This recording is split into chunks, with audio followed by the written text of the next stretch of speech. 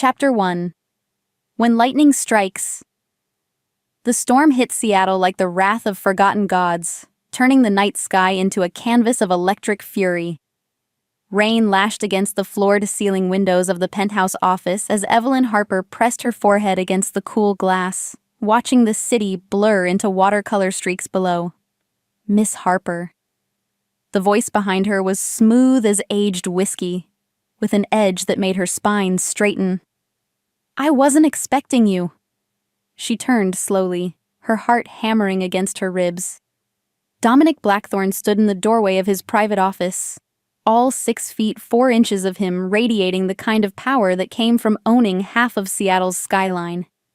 His dark hair was slightly disheveled, his expensive suit jacket discarded somewhere, leaving him in a crisp white shirt that did nothing to hide the predatory grace of his movements. Evelyn's voice caught. She clutched the manila envelope tighter against her chest, the evidence of her stepfather's embezzlement burning through the paper like acid. "I'm sorry, Mr. Blackthorne.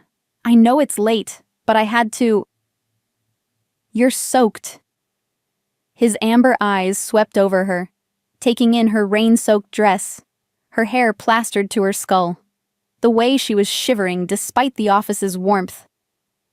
Something flickered in his gaze, something that made her breath catch. "How long have you been waiting?" 3 hours? The admission slipped out before she could stop it. "Your assistant said you were in meetings, but I couldn't go home. Not with this." Thunder crashed outside and she flinched.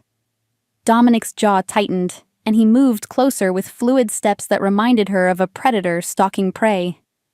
But instead of fear, warmth pooled in her belly, a reaction that terrified her more than any threat. "Give it to me," he said quietly. Evelyn hesitated. Once she handed over that envelope, there would be no going back. Her stepfather would be arrested. Her mother would be devastated. The Harper family name would be dragged through every gossip rag in the city. But Richard Harper had stolen $18 million from Blackthorne Industries. And somehow, impossibly, he'd made it look like she was his accomplice. "He's going to say I helped him." Her voice was barely above a whisper. "The accounts, some of them are in my name. I signed documents I thought were for charity donations, but he..." Her voice broke. "No one will believe I didn't know." Dominic's hand covered hers where she gripped the envelope. His touch was warm, almost burning, and she gasped at the electric shock that raced up her arm. His pupils dilated, and for a moment she could have sworn she saw something wild flash in his amber eyes.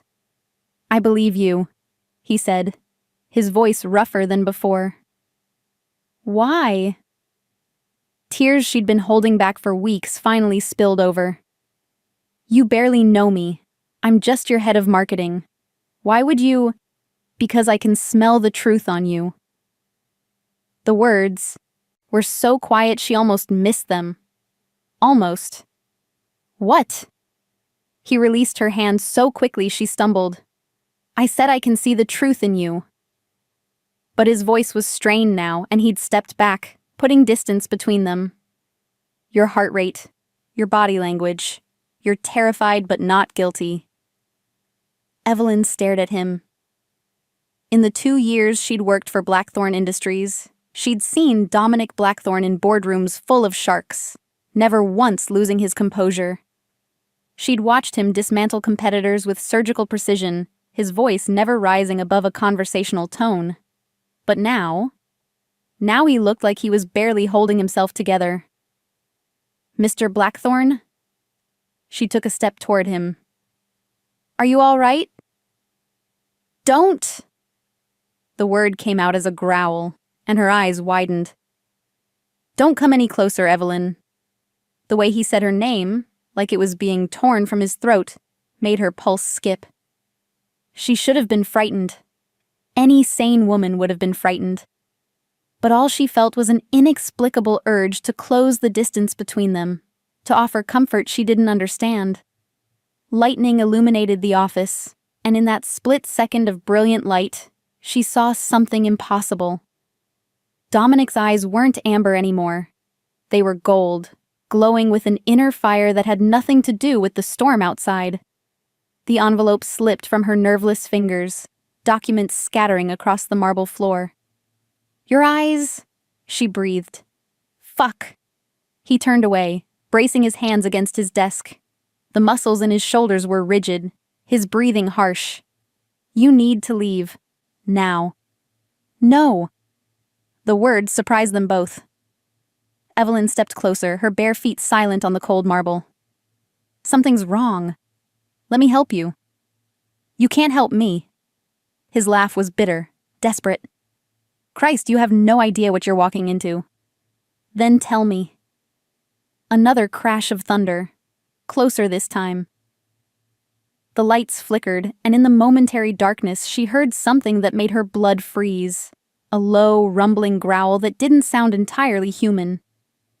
When the light steadied, Dominic was facing her again. His eyes were still that impossible gold, and his pupils had narrowed to slits. But it was his canine teeth that made her heart stop. Too long, too sharp, gleaming white in the office lighting. "You want the truth?" His voice had changed, deeper now, with an undertone that vibrated through her bones. "I'm not what you think I am, Evelyn. I'm not even entirely human." She should have run. Every instinct screamed at her to get as far away as possible from the predator standing before her.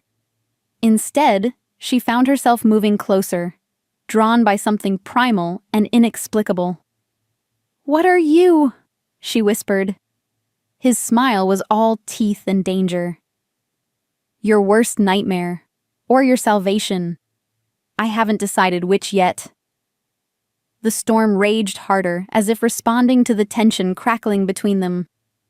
And in that moment, with lightning painting the sky, silver and a man who might not be entirely human standing before her with glowing eyes and promises of salvation, Evelyn Harper felt the last threads of her ordinary life snap. "Show me," she said. Chapter 2. The Beast Within. Dominic stared at the woman before him, his wolf pacing restlessly beneath his skin. 3 days until the full moon, and his control was already hanging by a thread.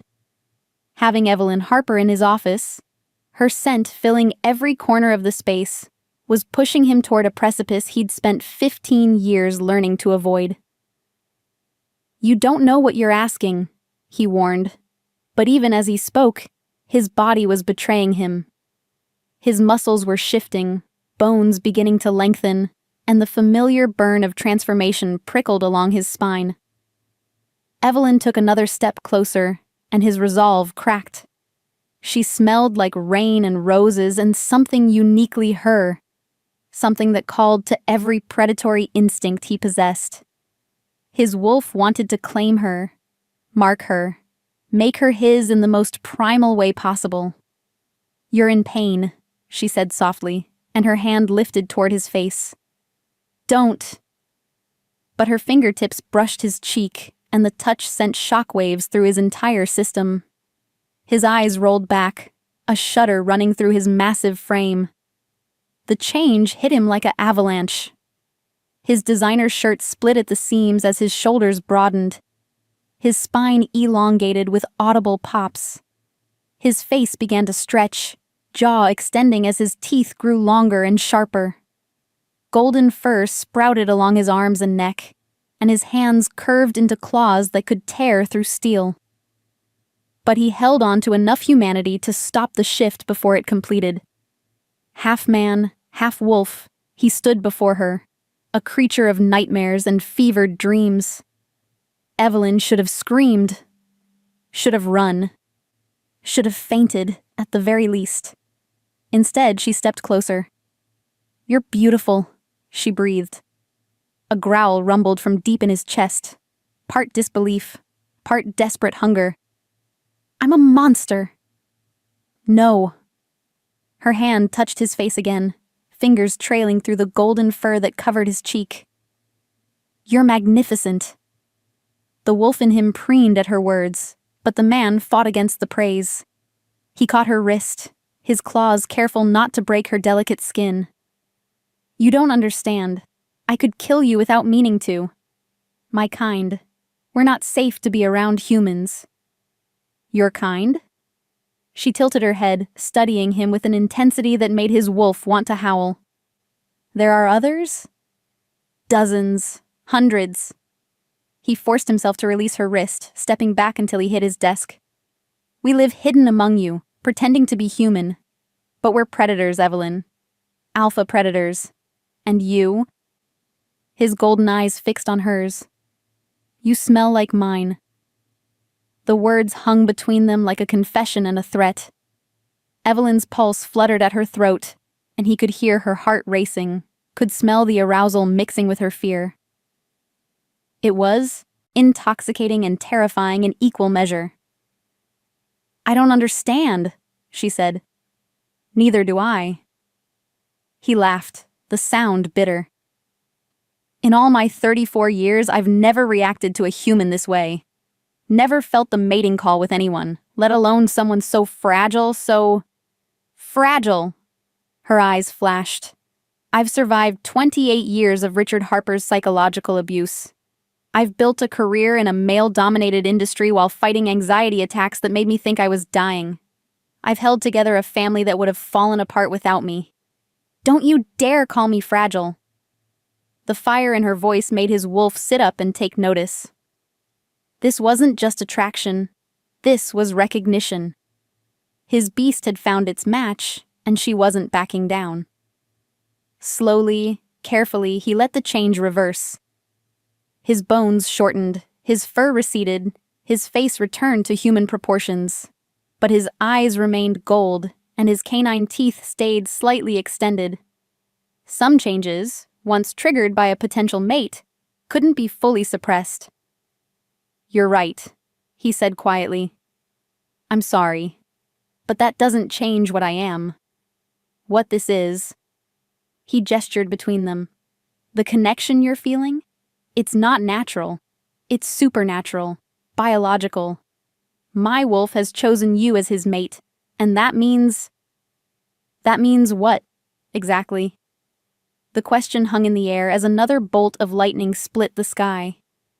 In its brief illumination, Evelyn saw something in Dominic's expression that made her stomach flutter.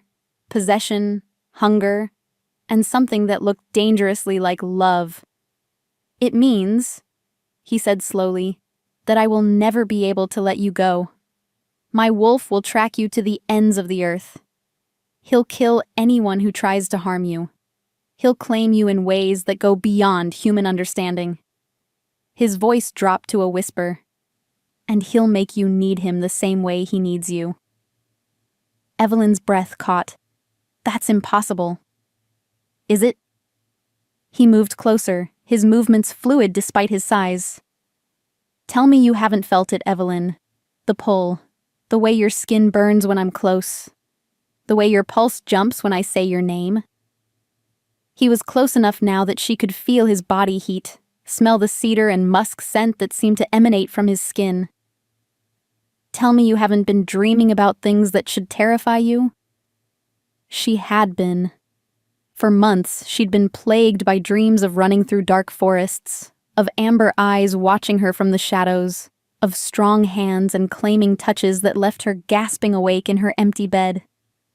Dreams that had started the first day she'd begun working directly under Dominic Blackthorne. "This is insane," she whispered. "Yes," he agreed. "It is. I should go home, pretend this never happened, find another job." "Yes," he said again. "You should." But neither of them moved. The storm raged around them, and the supernatural tension between them crackled like electricity. Evelyn found herself swaying toward him, drawn by forces she couldn't name or understand. "The embezzlement," she said suddenly, grasping for something concrete, something human. "What happens now?" Dominic's expression hardened. "Richard Harper will be arrested in the morning. The evidence you brought is more than enough to convict him. And me? You'll be cleared of all charges. His voice was absolute, final. I'll make sure of it. How can you be so certain? Because you're under my protection now. The words carried weight, ancient meaning. And no one touches what belongs to an alpha. The possessiveness in his tone should have offended her. Instead, it sent heat spiraling through her core. I don't belong to anyone.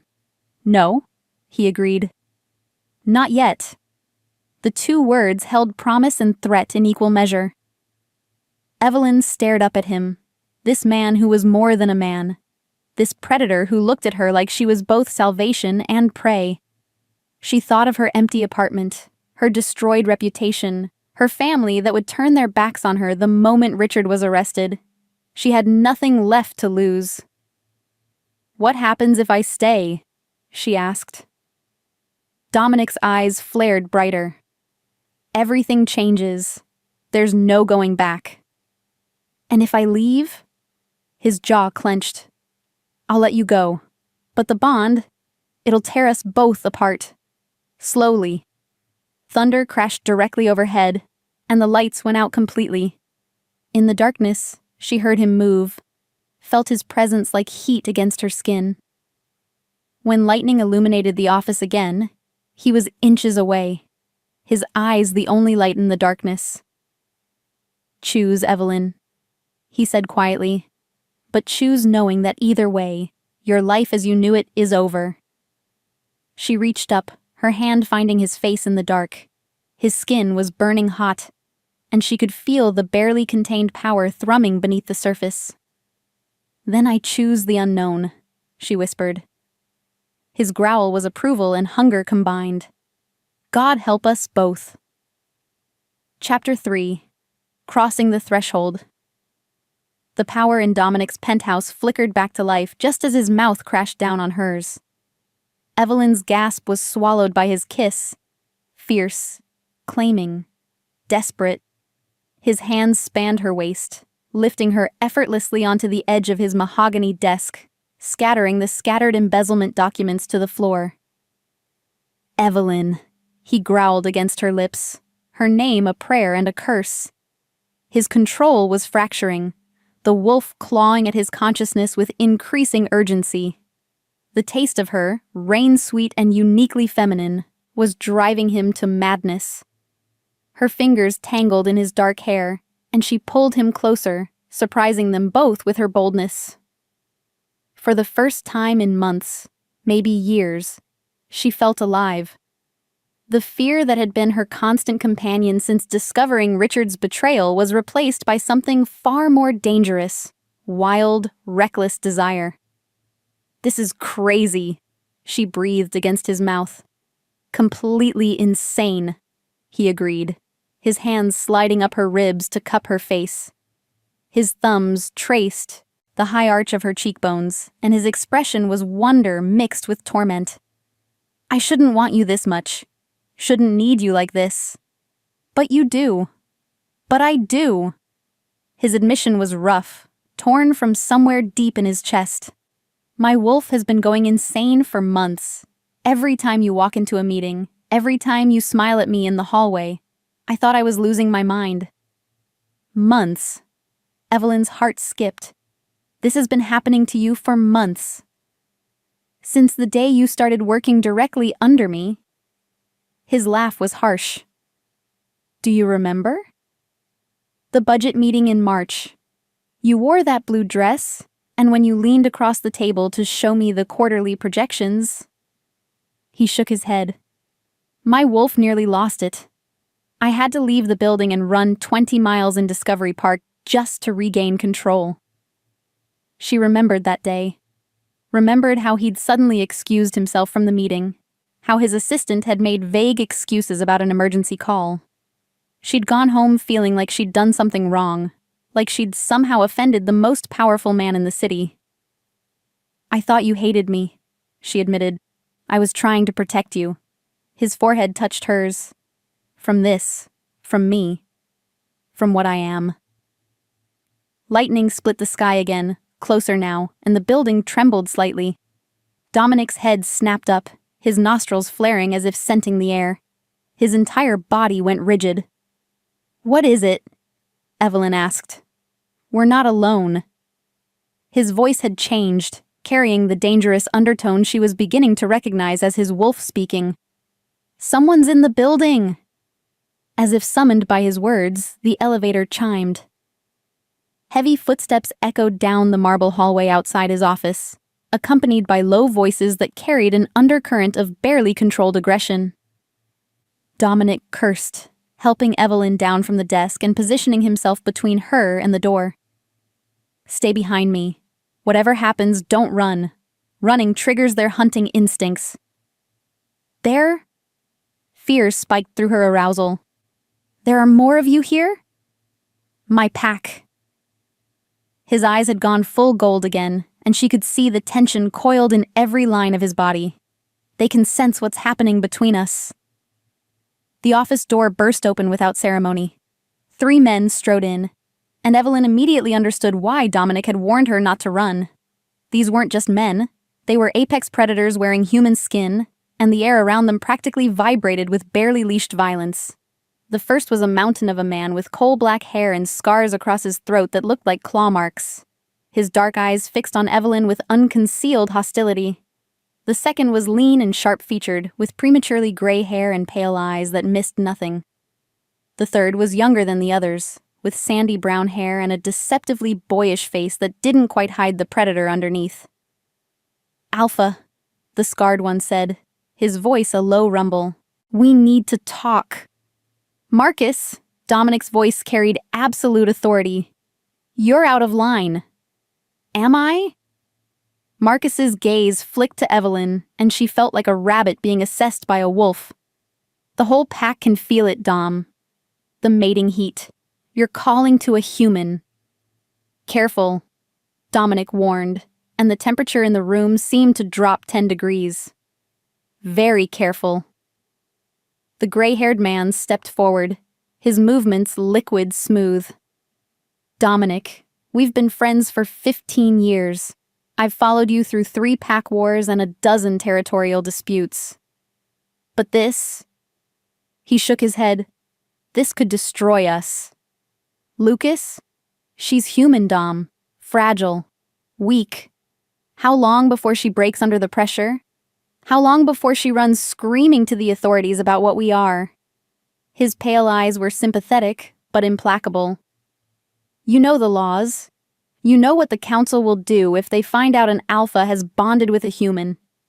"The council can go to hell," Dominic snarled, and Evelyn felt the power rolling off him in waves. "She's mine. My choice. My mate." The youngest wolf laughed, the sound sharp and mocking. "Your mate? She doesn't even know what that means.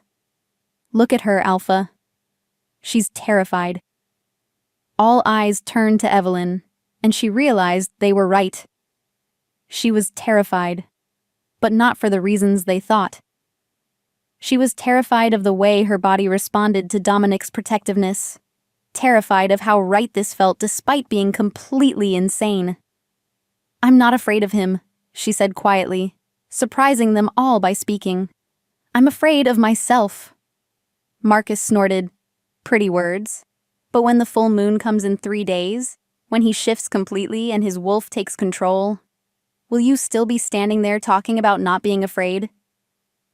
"I don't know," Evelyn admitted, "but I'm willing to find out." The honesty in her voice seemed to catch them off guard. Lucas studied her with new interest, while the youngest wolf, barely more than a boy, really, tilted his head like a curious puppy. "You have no idea what you're signing up for," Marcus said finally. "Mating with an alpha isn't like human marriage. It's biological, irreversible. He'll never be able to let another man touch you. You'll never be able to leave him. And if you try..." He shrugged. "Well, let's just say it won't end well for anyone involved." "Marcus?" Dominic's voice was deadly quiet. "Stop. She deserves to know the truth." Marcus turned back to Evelyn. "He's not just any werewolf, sweetheart. He's the alpha of the Pacific Northwest Pack. That makes him responsible for over 200 wolves. Every decision he makes affects hundreds of lives. And now you're asking him to risk all of that for what? A few months of playing house with a human who doesn't understand the first thing about our world? The words hit her like physical blows. Evelyn felt herself shrinking back, overwhelmed by the magnitude of what she was walking into. 200 wolves? A council that sounded decidedly unfriendly? Laws that apparently forbade whatever was happening between her and Dominic? That's enough. Dominic moved, and suddenly Marcus was against the wall, Dominic's hand around his throat. You've made your point. Have I? Marcus didn't struggle, but his eyes burned with conviction. Because from where I'm standing, you're about to throw away everything you've built for a human who's going to bolt the second things get difficult. She won't bolt. How can you be so sure? Dominic's eyes met Evelyn's across the room. Because she's still here. The simple statement hung in the air. Lucas and the younger wolf exchanged glances, while Marcus's expression shifted from hostility to grudging respect. All right, Marcus said as Dominic released him. So she's braver than most humans. That doesn't change the fundamental problem. The council will deal with me directly if they have an issue. Dominic straightened his shirt, but his eyes never left his pack members. I'm not giving her up, Marcus. Not for the council, not for pack politics, not for anything. That's final. The finality in his voice brooked no argument. One by one, the 3 wolves backed down, though none looked happy about it. There's something else, Lucas said quietly. The reason we came up here. We've been getting reports of rogue wolves in the area. 3 separate sightings in the last week. Dominic's expression sharpened. Rogues? Alone? Unaffiliated? And aggressive. The younger wolf spoke for the first time, his voice carrying a slight southern accent. They've been testing our borders, Alpha. It's like they're looking for something. Evelyn felt a chill run down her spine as Dominic's gaze flicked to her. Or someone. You think they're connected to this? To her? I don't believe in coincidences. Dominic moved back to Evelyn's side, his hands settling on her lower back in a gesture that was both protective and possessive. Triple the patrols. I want every inch of pack territory monitored. And put out the word. Anyone who even looks at her wrong answers to me personally. The 3 wolves nodded, their earlier hostility replaced by the grim efficiency of soldiers receiving orders. As they filed toward the door, Marcus paused. For what it's worth, Alpha, he said quietly. I hope I'm wrong about this. So do I, Dominic replied. So do I. Chapter 4. Into the Wolf's Den. The drive through Seattle's rain-slicked streets was silent except for the steady rhythm of wipers against glass. Evelyn sat in the passenger seat of Dominic's sleek, black Aston Martin, stealing glances at his profile as he navigated the late-night traffic with predatory focus. His hands on the steering wheel were steady, but she could see the tension in the set of his shoulders, the way his jaw clenched every few seconds. Where are we going? She asked as they turned off the main highway onto a winding road that led into the Olympics, National Forest. Somewhere safe. His voice was clipped, professional. My house. His house. The phrase sent a shiver through her that had nothing to do with the cold. In the space of a few hours, she'd learned that her boss was a werewolf, that she was apparently his destined mate, and that there were rogue wolves potentially hunting her. Now she was driving into the wilderness with a man. Not a man, she corrected herself, who could tear her apart with his bare hands. She should have been terrified. Instead, she felt oddly safe. How far? She asked. 20 minutes. He glanced at her, his amber eyes reflecting the dashboard lights. Having second thoughts? Third and fourth thoughts, she admitted. But I'm still here. Something in his expression softened, You can still change your mind, Evelyn. I can take you home, have the pack watch your apartment building. You'd be safe. But not with you. Not with me. She turned to stare out at the dark forest rushing past her window. Trees older than civilization reached toward the sky, their branches creating a canopy so thick it blocked out most of the storm. This was a different world from her downtown apartment, from boardrooms and quarterly reports and normal human problems. This was his world. "Tell me about the rogues," she said. Dominic's hands tightened on the steering wheel. Wolves without a pack. It happens sometimes. They're cast out for breaking laws, or they choose to leave. Most of them adapt, find new packs, or learn to live alone. But some, he shook his head, some go feral. They lose touch with their human side, become pure predator. And they're looking for me? Maybe. The timing is suspicious. He took a sharp turn onto an even narrower road, this one barely wide enough for the car. When an alpha finds his mate, especially a human mate, it sends ripples through the supernatural community. Some see it as weakness, others as opportunity. Opportunity for what? To challenge me, take over my territory. His voice dropped to that dangerous growl she was learning to recognize. Or to hurt me by hurting you. The casual way he said it, hurt me by hurting you, made her stomach clench. How many people want to hurt you? In the werewolf world? Dozens. I've been alpha for 8 years, Evelyn. You don't hold that position without making enemies. The trees began to thin, and ahead she could see lights glowing through the darkness. As they rounded the final curve, Evelyn's breath caught in her throat. Dominic's house wasn't a house. It was a fortress. Built into the side of a mountain and constructed of local stone and massive timber beams, it looked like something out of a fairy tale. 3 stories tall with soaring windows and wraparound balconies, it commanded a view of the entire valley below. Warm light spilled from every window, and she could see the glow of what looked like a massive fireplace through the main living area. "It's beautiful," she breathed. "It was my grandfather's. And his grandfather's before that." Pride filled his voice. The pack has held this territory for over 100 years. He pulled into a circular drive and killed the engine. For a moment, they sat in silence, listening to the rain drum against the roof.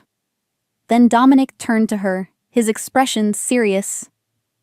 "Once you walk through that door, everything changes. You'll be in pack territory, under my protection, surrounded by my world. Are you ready for that?" "No," she admitted, "but I'm going to do it anyway." His smile was soft and dangerous. "That's my brave girl. My girl." The possessive endearment should have bothered her. Instead, it sent warmth spiraling through her chest. The front door opened before they reached it, revealing an elderly woman with silver hair and kind eyes. She was dressed in jeans and a soft sweater, but there was something about her that screamed authority. "Alpha," she said, inclining her head respectfully to Dominic. Then her gaze shifted to Evelyn, and her expression became unreadable. "And this must be the human." "Her name is Evelyn," Dominic said firmly, "and she's under my protection." "Of course she is." The woman stepped aside to let them enter. "I'm Elena Vasquez, the pack's beta female. Welcome to Blackthorn territory, Miss Harper." The foyer was as impressive as the exterior. All soaring ceilings and natural stone, with a staircase that curved up to the second floor. But it was the smells that hit Evelyn first. Cedar and leather and something wild and clean that seemed to permeate everything. It was overwhelmingly masculine, overwhelmingly Dominic. "Elena runs the house," Dominic explained as he helped Evelyn out of her damp coat. "She also keeps the pack in line when I'm not around." "Someone has to," Elena said dryly. She studied Evelyn with sharp eyes. "You're smaller than I expected." Elena, Dominic warned. What? She is? I was expecting some Amazon warrior, given the way you've been pacing around the office for months like a caged wolf. Elena's smile took the sting out of her words. Come. You must be hungry, and you look like you haven't slept in days. She was right on both counts. Evelyn couldn't remember the last time she'd eaten a full meal, and she'd been surviving on 3 hours of sleep a night since discovering Richard's embezzlement. But as Elena led them through the house toward what looked like a massive kitchen, she found herself distracted by her surroundings. The house was a perfect blend of rustic and modern, with exposed beams and stone walls complemented by sleek furniture and state-of-the-art appliances. Artwork covered the walls, some of it clearly expensive, some of it looking handmade. It felt lived in, loved, like a real home rather than a showplace. How many people live here? She asked. Just me, normally, Dominic replied. Though pack members come and go as needed. Elena has her own place in town, but she spends most of her time here. Someone needs to make sure you eat actual food instead of whatever you can grab between meetings, Elena said, bustling around the kitchen with easy familiarity. Sit. Both of you. They settled at a massive kitchen island while Elena assembled what looked like enough food to feed a small army. Cold cuts and cheese, fresh bread, fruit, and soup that smelled like heaven. Evelyn realized she was starving. So, Elena said as she set plates in front of them, tell me how a human ends up mated to the most stubborn alpha on the West Coast.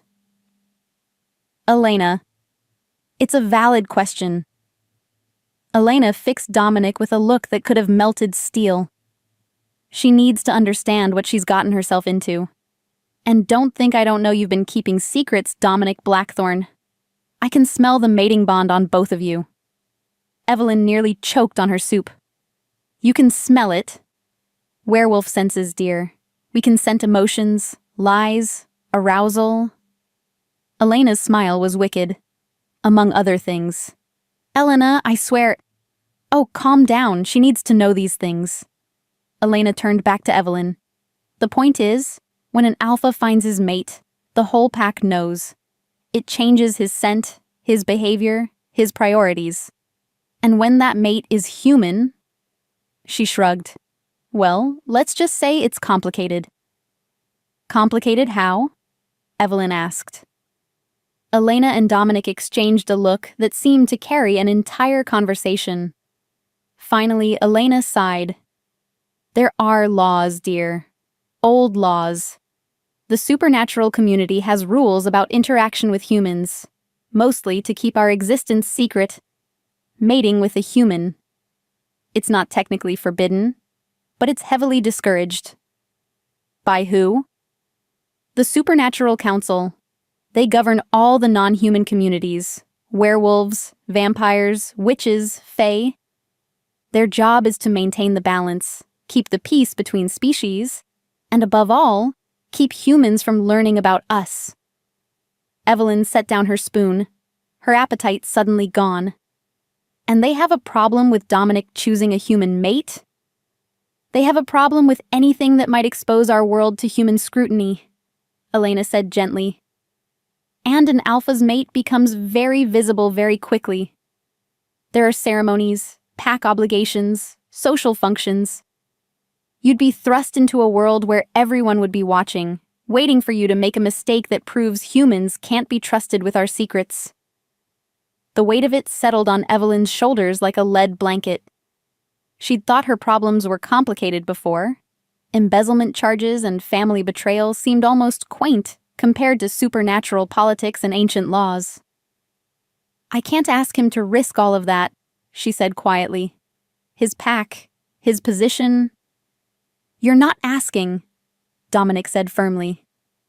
I'm choosing. There's a difference. But...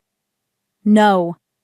He turned to face her fully, his amber eyes intense. You need to understand something, Evelyn. I've spent 8 years as Alpha, making decisions based on what's best for the pack, what's politically expedient, what maintains the status quo. But this, He gestured between them. This isn't politics. This isn't strategy. This is fate. Elena cleared her throat softly. I should mention, the council has already been in touch. The temperature in the room dropped 20 degrees. Dominic's eyes flashed gold, and Evelyn swore she could hear a growl rumbling in his chest. What did you say? His voice was deadly quiet. Counselor Thorne called an hour ago. Word has already reached them about your situation. Elena's expression was grim. They're sending a delegation. When? Tomorrow night. Dominic stood so abruptly his chair crashed to the floor. He began pacing the length of the kitchen like a caged predator, his hands clenched into fists. 24 hours? They're not wasting any time. Who is Counselor Thorne? Evelyn asked, though she was fairly certain she didn't want to know the answer. Alexander Thorne, head of the Werewolf Council and my great-uncle. Dominic's laugh was bitter. He's also the man who's wanted me stripped of my alpha status since the day I inherited it. Your great-uncle wants to remove you from power. Family politics are complicated when you're immortal, Elena explained. Alexander believed the alpha position should have gone to his son, Dominic's cousin Marcus. Not the same Marcus you met earlier. When Dominic's grandfather passed the leadership directly to him instead. Let's just say Uncle Alexander took it personally. Dominic finished. He's been looking for an excuse to challenge my leadership for years. And now I've handed him the perfect ammunition. The implications hit Evelyn like a physical blow. This is my fault. If I hadn't... Stop. Dominic was beside her in an instant, his hands framing her face. This is not your fault. This is not anyone's fault. What's happening between us? It's bigger than politics or family feuds or council approval. But your pack will follow my lead, just like they always have. His thumbs traced her cheekbones. You let me worry about the council. And if they order you to give me up? His eyes flashed pure gold. Then they'll learn exactly why I've held the alpha position for 8 years. The threat in his voice made her shiver, not with fear, but with something darker and more complicated. The civilized businessman was completely gone now, replaced by something primal and possessive that called to parts of herself she'd never known existed. There's something else, Elena said quietly. The rogues Lucas mentioned? They were spotted again. Closer this time. How close? The Border Patrol found tracks less than 2 miles from here. Dominic's entire body went rigid. How many? At least 3, maybe 4. They're staying in human form, but the scent signature is definitely werewolf. Elena's expression was worried. Alexander, what if this isn't coincidence? What if... The council wouldn't use rogues, Dominic said, but there was doubt in his voice. It's beneath them. Is it? If they want you removed as alpha, what better way than to prove you can't protect your own territory, your own mate? The word mate hung in the air like a challenge. Evelyn looked between Dominic and Elena, seeing the weight of responsibility, the complex web of supernatural politics she was only beginning to understand.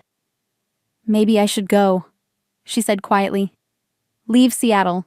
Disappear for a while until this all blows over. The sound Dominic made was pure animal, a snarl that raised every hair on her arms. No. But if my being here puts your pack at risk, you're not going anywhere. He moved closer, crowding her space, his scent wrapping around her like a physical embrace. You're mine, Evelyn. Mine to protect, mine to keep safe, mine to claim. And I don't let go of what's mine. The possessiveness should have terrified her. Instead, it sent heat spiraling through her core. She'd spent her entire life being responsible for other people. Her mother, her career, holding together a family that was falling apart at the seams. But with Dominic, for the first time in her life, someone else was taking responsibility for her. The full moon is in 2 days, Elena said gently. If you're going to complete the mating bond... I know. Dominic's voice was rough. I know the timeline. Evelyn looked between them. What happens on the full moon? The wolf takes control, Elena explained. For humans, it's just a beautiful sight in the sky. For us, it's a call we can't ignore. Our wolves become stronger, more dominant, more possessive. Meaning, Dominic said quietly, that if we haven't completed the mating bond by then, my wolf will take the choice away from both of us. The implication hit her like a freight train. You mean... I mean that come tomorrow night, when the moon rises, my wolf won't be interested in taking things slow or waiting for your permission. He'll claim you, mark you, make you his in every way possible. His amber eyes burned into hers. The human side of me can fight it for a while longer, but not past the full moon. So I have 24 hours to decide whether I want to become a werewolf's mate for the rest of my life. Yes. The simple word carried the weight of destiny. Evelyn stared at this man, this creature, who had walked into her life and turned everything upside down. 24 hours ago, her biggest problem had been embezzlement charges. Now she was contemplating binding herself forever to an alpha werewolf, while supernatural politics swirled around them, and rogue wolves stalked the borders of his territory. It was insane.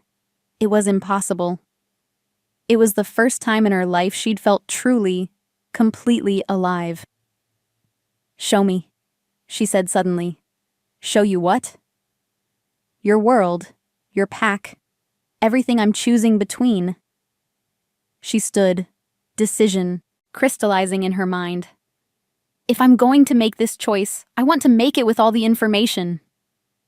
Dominic studied her face for a long moment. It's dangerous. The rogues are out there whether I hide in this house or not. She lifted her chin. I've spent my whole life playing it safe, Dominic. Making the sensible choice, the responsible choice. Look where it got me. Betrayed by my family and facing embezzlement charges for crimes I didn't commit. This is different. Yes, it is. This time, I'm choosing for myself. Not for my mother's happiness, or my career, or what other people think I should do. She reached for his hand, and the contact sent electricity racing up her arm. I'm choosing for me, but I need to know what I'm choosing. A slow smile spread across his face, the first genuine smile she'd seen from him all night. In that case, Miss Harper, welcome to the pack. Chapter 5. The pack's heart dawn was breaking over the Olympic Mountains when Dominic led Evelyn through the forest behind his house. The storm had passed, leaving the air clean and sharp with the scent of pine and wet earth. Her borrowed hiking boots, Elena had insisted she couldn't explore pack territory in heels, crunched softly on the trail as they climbed higher into the hills. How big is your territory? She asked, slightly breathless from the altitude. 12,000 acres, Dominic replied, moving with the fluid grace of someone who'd been born to these woods. From the river valley to the mountain peaks. We share borders with 2 other packs to the east and south, and the ocean to the west. And you're responsible for all of it? Every tree, every stream, every wolf that calls it home? Pride filled his voice. My family has protected this land for 4 generations. They emerged from the tree line onto a rocky outcropping that offered a panoramic view of the valley below. Evelyn's breath caught in her throat. The forest stretched as far as she could see, broken only by a silver ribbon of river and a small cluster of buildings in the distance. The Pack Village, Dominic explained, following her gaze. About 60 wolves live there permanently, with others coming and going as needed. A whole village? We're not just predators, Evelyn. We're a community. Families, children, elderly pack members who've earned their rest. He pointed to various buildings. That's the school, the medical clinic, the meeting hall. And there, his voice warmed with affection. the nursery. She could just make out a playground and what looked like a garden where small figures ran around in the morning sunshine. There are children, 15 at last count, ranging from toddlers to teenagers. His expression softened as he watched the distant figures. They're the future of the pack, my responsibility above all others. The weight in his voice made her look at him more closely. You love them. They're mine to protect. All of them. He turned to meet her gaze. That's what being alpha means, Evelyn. It's not just about being the strongest or the most dominant. It's about putting the welfare of the pack above everything else. Always. Including your own happiness, if necessary. The admission was quiet, painful. I've never had the luxury of putting my own desires first. Not since I was 26 years old. Something in his tone made her chest ache. What happened when you were 26?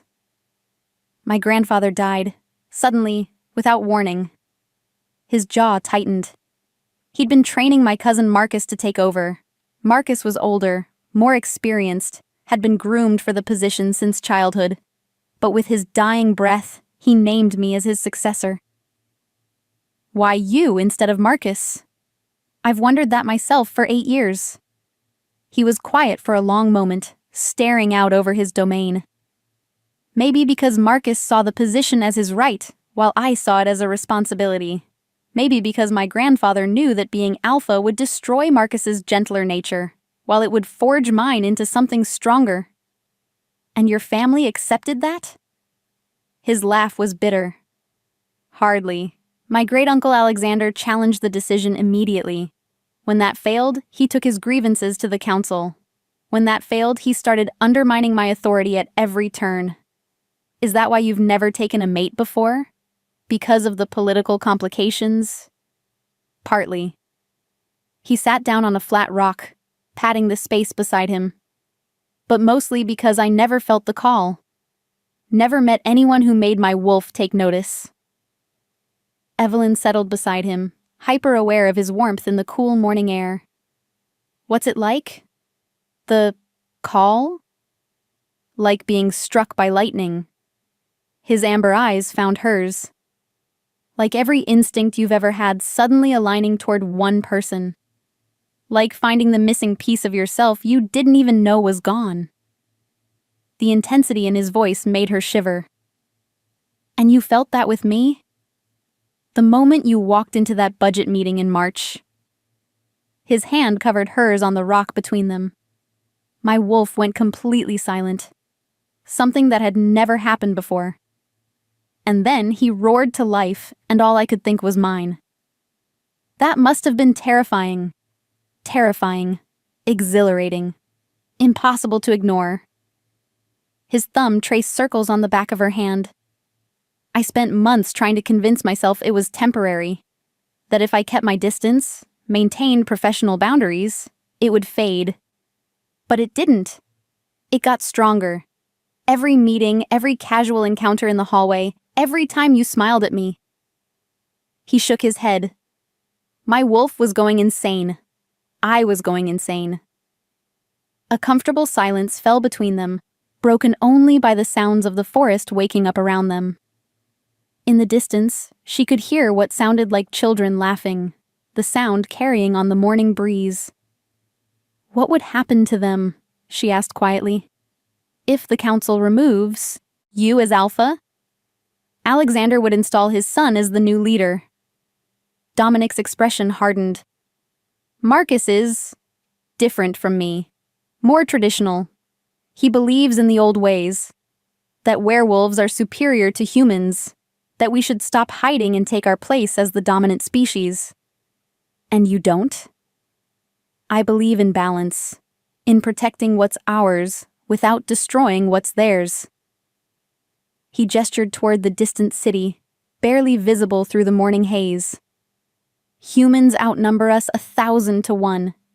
If they ever learned about us, really understood what we are and what we can do, it would be war. and wars between species never end well for anyone. The sobering thought settled over them. Evelyn tried to imagine what her life would have been like if she'd grown up knowing about werewolves, vampires, and other supernatural creatures. Would she have been afraid? Fascinated? Would humanity have found a way to coexist? Or would fear have driven them to violence? "The rogues," she said suddenly. "Could they be working for your cousin?" "It's possible." His expression was grim. "Marcus has always resented my leadership. If he could orchestrate a situation that made me look weak, incompetent. Like failing to protect your mate?" "Exactly." The casual way he said mate sent heat spiraling through her core. It was starting to feel less foreign, less impossible. Like a role she was growing into rather than a fate being forced upon her. "There's something I need to tell you," she said, gathering her courage. "About the dreams." Dominic went very still. "What dreams?" "I've been having them for months, since March actually." Her cheeks heated. "Dreams about running through forests, about amber eyes watching me, about other things." "What kind of other things?" His voice had dropped to that dangerous growl. "Hands, touches, someone claiming me." She couldn't look at him as she spoke. "I always woke up feeling like I was missing something vital, like part of myself was somewhere else." "Christ." The word was torn from his throat. "You were calling to me. Even in your dreams, you were calling to me." "Is that possible?" "Mate bonds work both ways, Evelyn. If my wolf was calling to you, yours was calling back." He turned to face her fully. "You may be human, but some part of you recognized what we are to each other long before your conscious mind accepted it. The idea should have been absurd. Instead, it felt like the final piece of a puzzle clicking into place. All those nights she'd woken up aching and empty, searching for something she couldn't name. She'd been searching for him. "What happens now?" she asked. "Now I introduce you to the pack. Let them see who you are, what you mean to me." His expression grew serious. "Some of them will accept you immediately. Others will need time to adjust. And a few will never accept a human mate. Possibly."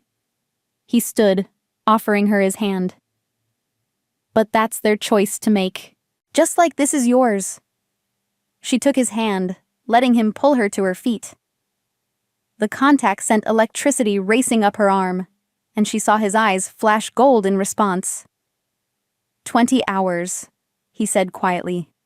"Until the full moon. Until I stop being able to give you a choice."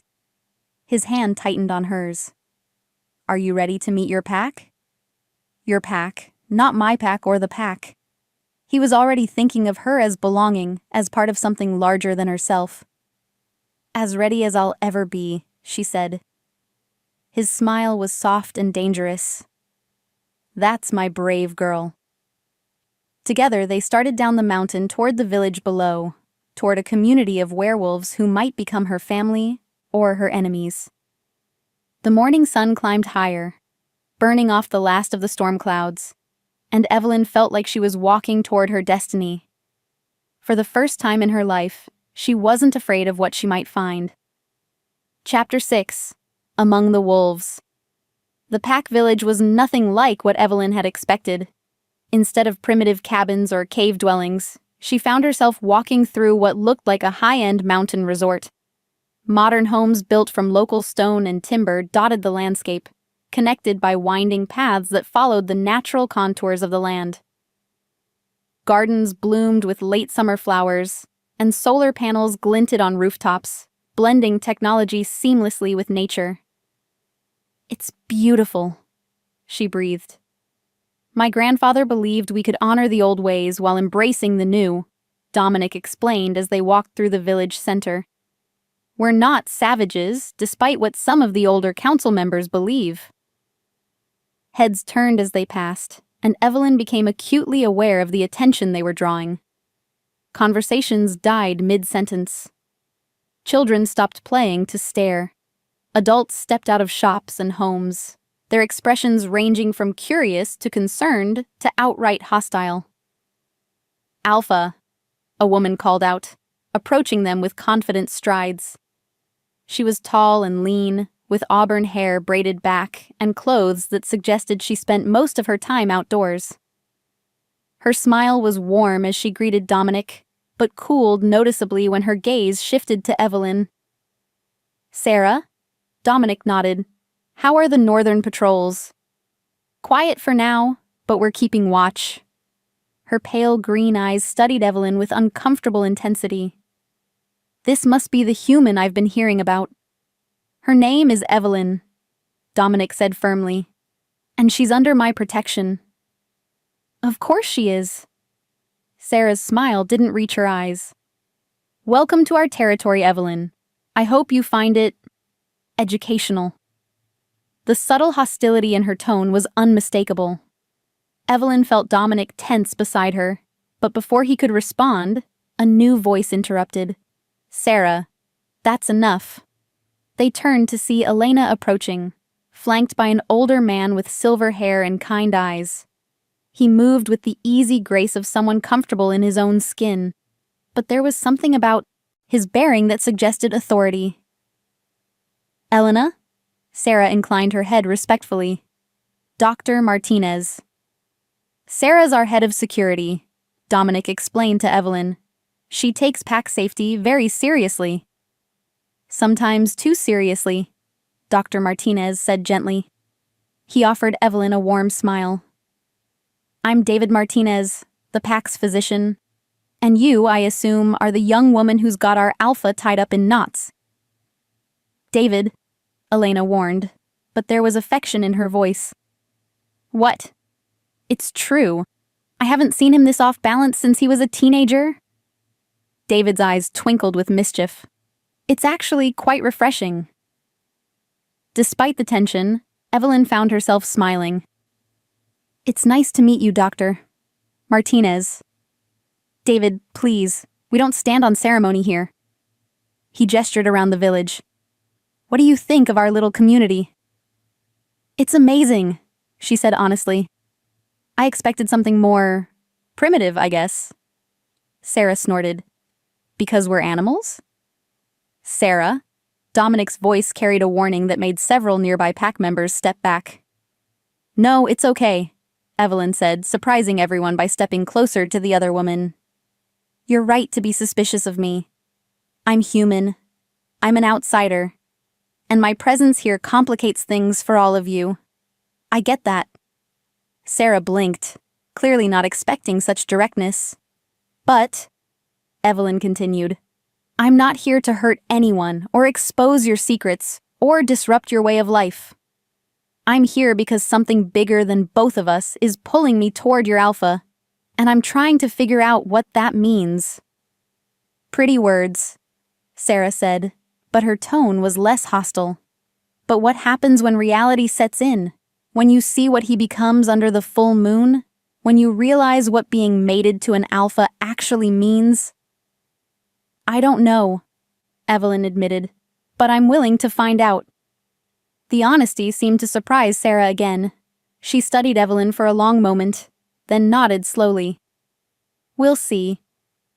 "Come," Elena said, breaking the tension. "The children are in the garden. They've been dying to meet you."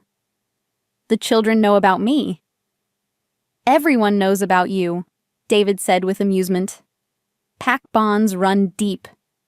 When the Alpha's emotional state changes, the whole community feels it." They walked toward what looked like a large playground area, where several children ranging from toddlers to teenagers were engaged in various activities.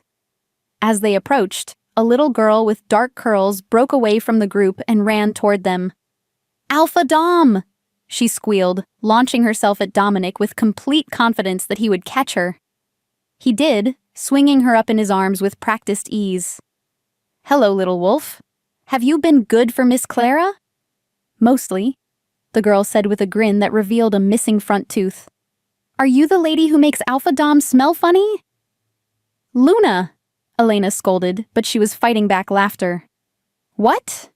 The child looked confused. Mama says he smells like happiness and sadness all mixed up. And that means he found his mate but hasn't claimed her yet. Evelyn felt heat flood her cheeks while Dominic cleared his throat. Luna, this is Evelyn. Can you say hello nicely? The little girl studied Evelyn with the unblinking intensity only children possessed. Are you going to be our alpha female? That's a very good question, Evelyn said, not sure how to answer. Because if you are, you should know that Tommy pulls hair and Sarah M still wets the bed sometimes, and Jason thinks he's already a big wolf, but he's not. The words tumbled out in a rush. Oh, and we're not supposed to shift during lessons, but sometimes we forget. Luna, a new voice called out, warm but firm. Come give Miss Evelyn some space to breathe. A woman in her 30s approached them, her blonde hair pulled back in a practical ponytail and paint smeared on her clothes. She had the kind of face that suggested she spent a lot of time laughing, and her smile was genuinely welcoming. I'm Clara, the children's teacher, she said, gently extracting Luna from Dominic's arms. And this little chatterbox is Luna Martinez, David's granddaughter. It's wonderful to meet you, Evelyn said. All of you. More children had gathered around them now, their curiosity overcoming their initial shyness. They ranged in age from about 4 to 16, and while they all looked human, there was something about their eyes, a wildness, an awareness that set them apart. Are you really human? Asked a boy who looked about 10. Tommy, Clara warned. It's okay, Evelyn said. Yes, I'm really human.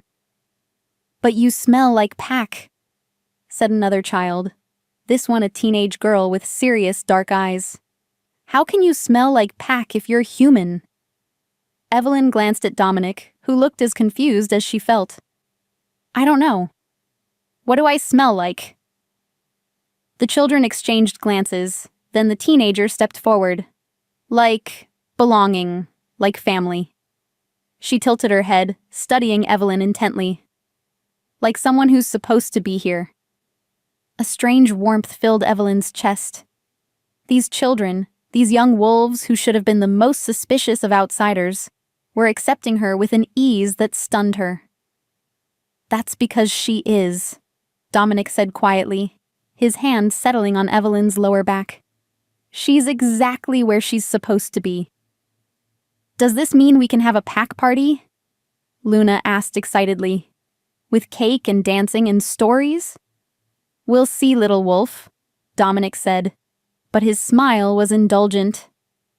As they continued through the village, meeting more pack members and seeing more of their community, Evelyn began to understand what Dominic meant about responsibility. This wasn't just a group of supernatural creatures living together. It was a family. The adults looked out for each other's children. The elderly were cared for and respected. Everyone had a role, a purpose, a place. It was everything her human family had never been. What do you think? Dominic asked as they reached the edge of the village, overlooking the valley below. I think, she said slowly, that I'm starting to understand what I'd be choosing. And?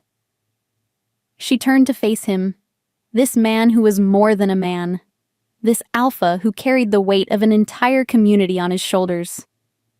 In less than 18 hours, the full moon would rise, and she would have to make the most important decision of her life.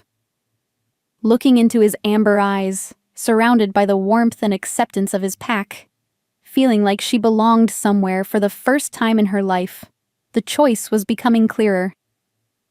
Ask me again when the moon rises, she said. His smile was soft and fierce and full of hope. I will. Chapter 7. Blood and Betrayal. The attack came at sunset. Evelyn was in the village library, a cozy building filled with everything from ancient texts on werewolf lore to contemporary romance novels, when the first howl split the air. It was a sound of pure anguish, followed immediately by the sharp crack of the pack's emergency signal. Clara burst through the library doors, her face pale with terror. "Everyone inside, now!" "Children, gather around Miss Evelyn. Stay calm, stay quiet." "What's happening?" Evelyn asked as the children clustered around her, their earlier playfulness replaced by a fear that made her heart ache. "Rogues," Clara said grimly. "They've breached the northern border." Through the windows, Evelyn could see pack members racing through the village, some still in human form, others mid-shift. The air filled with snarls and growls and the kind of sounds that spoke to humanity's most primitive fears. "Where's Dominic?" she asked. "Leading the defense," Clara replied, shepherding the last of the children inside. "He'll be—" Her words were cut off by the sound of splintering wood. The library's front door exploded inward, revealing 3 of the largest men Evelyn had ever seen. But they weren't men, she realized with growing horror. They were werewolves stuck between forms, more beast than human, with elongated limbs and faces that had stretched into something out of nightmares. "Found her," one of them growled, his voice barely recognizable as human. The Alpha's precious human. Clara stepped in front of the children, her own transformation beginning. "You will not touch them." "Move, teacher," the lead rogue snarled. "We only want the girl." "Never." The fight that followed was brutal and swift. Clara managed to take down one of the rogues before the other 2 overwhelmed her, leaving her unconscious and bleeding on the library floor. The children were screaming, some trying to shift despite their young age, others simply paralyzed with terror. "Stop," Evelyn said, stepping forward with her hands raised. "I'll come with you. Just don't hurt them." "Smart girl," the lead rogue leered. "Too bad the Alpha's not going to live long enough to appreciate your sacrifice." "What do you mean? Did you really think this was about you?" He laughed, the sound more beast than human. "You're just bait, sweetheart. The real prize is drawing the Alpha away from his territory so we can take what's rightfully ours." Horror washed over her. This is a trap. A very effective one, it seems. He grabbed her arm with claws that bit into her skin. "Now move." They dragged her from the library into chaos. The village was under full assault, with rogues attacking from multiple directions. She could see pack members fighting desperately to protect their home, their children, their way of life. In the distance, she caught a glimpse of Dominic in partial wolf form, leading a group of fighters against what looked like a dozen rogues. He was magnificent and terrifying, all lethal grace and protective fury. But he was also outnumbered. "There are too many of them," she gasped as her captors hauled her toward the forest. 30 of us to their 60, the rogue confirmed. "Those are good odds when you're fighting for the right to rule." "You won't win. Dominic is too strong, too smart." "Dominic is about to watch his mate die," the rogue cut her off. "And when grief breaks his focus, we'll tear his throat out and claim his territory." They were deep in the forest now, far from the village and any hope of rescue. The rogue, who seemed to be their leader, shoved her against a massive pine tree, his claws pressing against her throat. "Now we wait," he said. "It won't be long before he comes for you." "How do you know he'll come?" "Because he's an alpha, and you're his mate. He can't help himself." The rogue's smile was all teeth and malice. "It's his greatest strength, and his fatal weakness." As if summoned by the words, a howl echoed through the forest, not the general alarm of the pack, but something specific, desperate, and heartbroken. Dominic had discovered she was gone. "Right on schedule," the rogue murmured. The sound of approaching footsteps came from multiple directions. Too many to be just Dominic. The rogues tensed, their confidence wavering as they realized they might have miscalculated. "Marcus," one of them hissed. "There are too many of them." "Impossible! The pack is defending the village. There's no way." The attack came from above. Dominic dropped from the canopy like an avenging angel, his partial transformation complete. He was larger than she'd seen him before, more wolf than man, with claws that could tear through steel and teeth designed for killing. But it was his eyes, pure molten gold and blazing with fury, that made the rogues step back in sudden fear. He wasn't alone. Sarah materialized from the shadows to his left, while Lucas emerged from the right. More pack members surrounded them, forming a perfect circle of predators around their prey. "You made a mistake," Dominic said, his voice carrying harmonics that made the trees shake. "You threatened what's mine." "We had a deal," Marcus snarled. "Your uncle promised—" "My uncle isn't here to protect you now." Dominic cut him off. The casual way he spoke while looking like something out of humanity's darkest nightmares was more terrifying than any roar. "Let her go, and I might let you live." "I don't think so." Marcus pressed his claws deeper into Evelyn's throat, drawing blood. "You want her. Come and take her." Everything happened at once. Dominic moved with inhuman speed, but Marcus was ready for him. As they collided in a tangle of claws and teeth, the other rogues attacked the surrounding pack members. The forest exploded into violence. Evelyn found herself thrown aside as the two alphas, because that's what Marcus was, she realized, an alpha of his own pack, fought with a brutality that shook the earth. They were perfectly matched in size and strength, but Dominic fought with the fury of a mate protecting his chosen, while Marcus fought with the desperation of someone who had already lost everything. "Behind you!" she screamed as another rogue tried to blindside Dominic. He spun just in time to catch the attacker, his claws opening the rogue's throat in one swift motion. But the distraction cost him. Marcus's claws raked across his chest, leaving deep gashes that immediately began bleeding.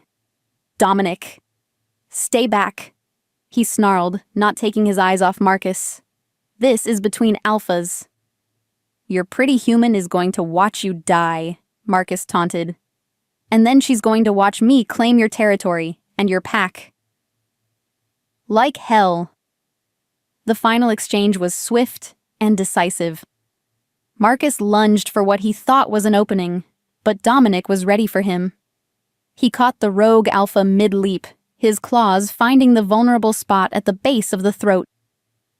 Marcus's eyes went wide with shock, then empty as his body went limp. The remaining rogues, seeing their leader fall, broke and ran. Sarah and the other pack members let them go. There would be time for hunting later. Dominic dropped to his knees, the adrenaline finally fading enough for him to feel his injuries. Blood covered his chest, and his breathing was labored. But his eyes, slowly fading from gold back to amber, found hers with laser focus. "Are you hurt?" he asked. "I'm fine, but you—" She ran to him, her hands hovering over his wounds. "You're bleeding." "I'll heal." He caught her hands, pressing them against his chest where she could feel his heart hammering. "I thought I'd lost you." "Never," she said fiercely. "Never." Around them, the forest was quiet except for the sound of the pack regrouping. In the distance, she could hear more howls, signals that the village was secure, the children were safe, the immediate threat was over. But as Dominic pulled her against his chest, careful of his injuries, Evelyn realized that everything had changed. The attack had been planned, coordinated. Someone with inside knowledge had orchestrated this assault on the pack. "Your uncle," she said quietly. "He's not going to stop, is he?" "No," Dominic admitted. "He's not." "Then what do we do?" He pulled back to look at her, his amber eyes fierce with determination. We do what alphas have always done. We protect our pack, and we fight for what's ours.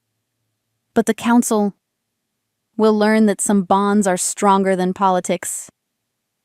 His hand cupped her face, thumb tracing the small cut on her throat where Marcus's claws had drawn blood. I'm done pretending this isn't real, Evelyn. Done trying to be diplomatic about something that goes deeper than law or tradition.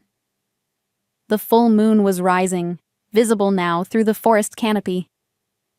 Evelyn could feel its pull even as a human, a strange tugging sensation that made her skin prickle and her pulse race. If she could feel it, she could only imagine what it was doing to Dominic. His pupils were already dilating, his breathing becoming more labored. The wounds on his chest were healing visibly, but the process seemed to be accelerating his transformation. "The moon," she whispered. "I know." His voice was rougher now, deeper. "We need to get back to the house, now."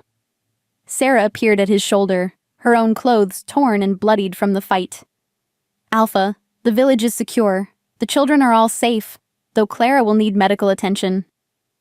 "David's already with her," Lucas added, emerging from the shadows. "And we've sent tracking parties after the surviving rogues." "Good." Dominic struggled to his feet, swaying slightly. The combination of blood loss and the approaching full moon was taking its toll. "But this was just the beginning. Marcus confirmed that my uncle is behind this."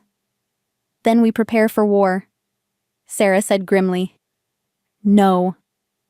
Dominic's voice carried absolute authority. "We prepare for the council delegation tomorrow night. If Alexander wants to challenge me, he can do it according to pack law, not through rogue attacks on innocent people." "And if the council rules against you?" Lucas asked. "Then we deal with that when it happens." Dominic's arm came around Evelyn's waist, pulling her against his side. "Right now, I have more immediate concerns." The walk back to the house was tense, with pack members flanking them on all sides. Every shadow could hide another attacker. Every rustle of leaves could signal danger. But it was the change happening to Dominic that had Evelyn's full attention. With each step, he was becoming less human. His breathing was harsh, his skin burning hot to the touch. His fingernails had lengthened into claws, and she could see the points of his canine teeth when he spoke. "How much time do we have?" she asked Elena as they reached the house. "Until he shifts completely? Maybe an hour." Elena's expression was worried. The violence triggered his wolf's protective instincts, combined with the full moon. "He won't be able to fight it much longer," Evelyn finished. "And when he shifts?" Elena paused. An alpha's wolf under the full moon isn't like his human self.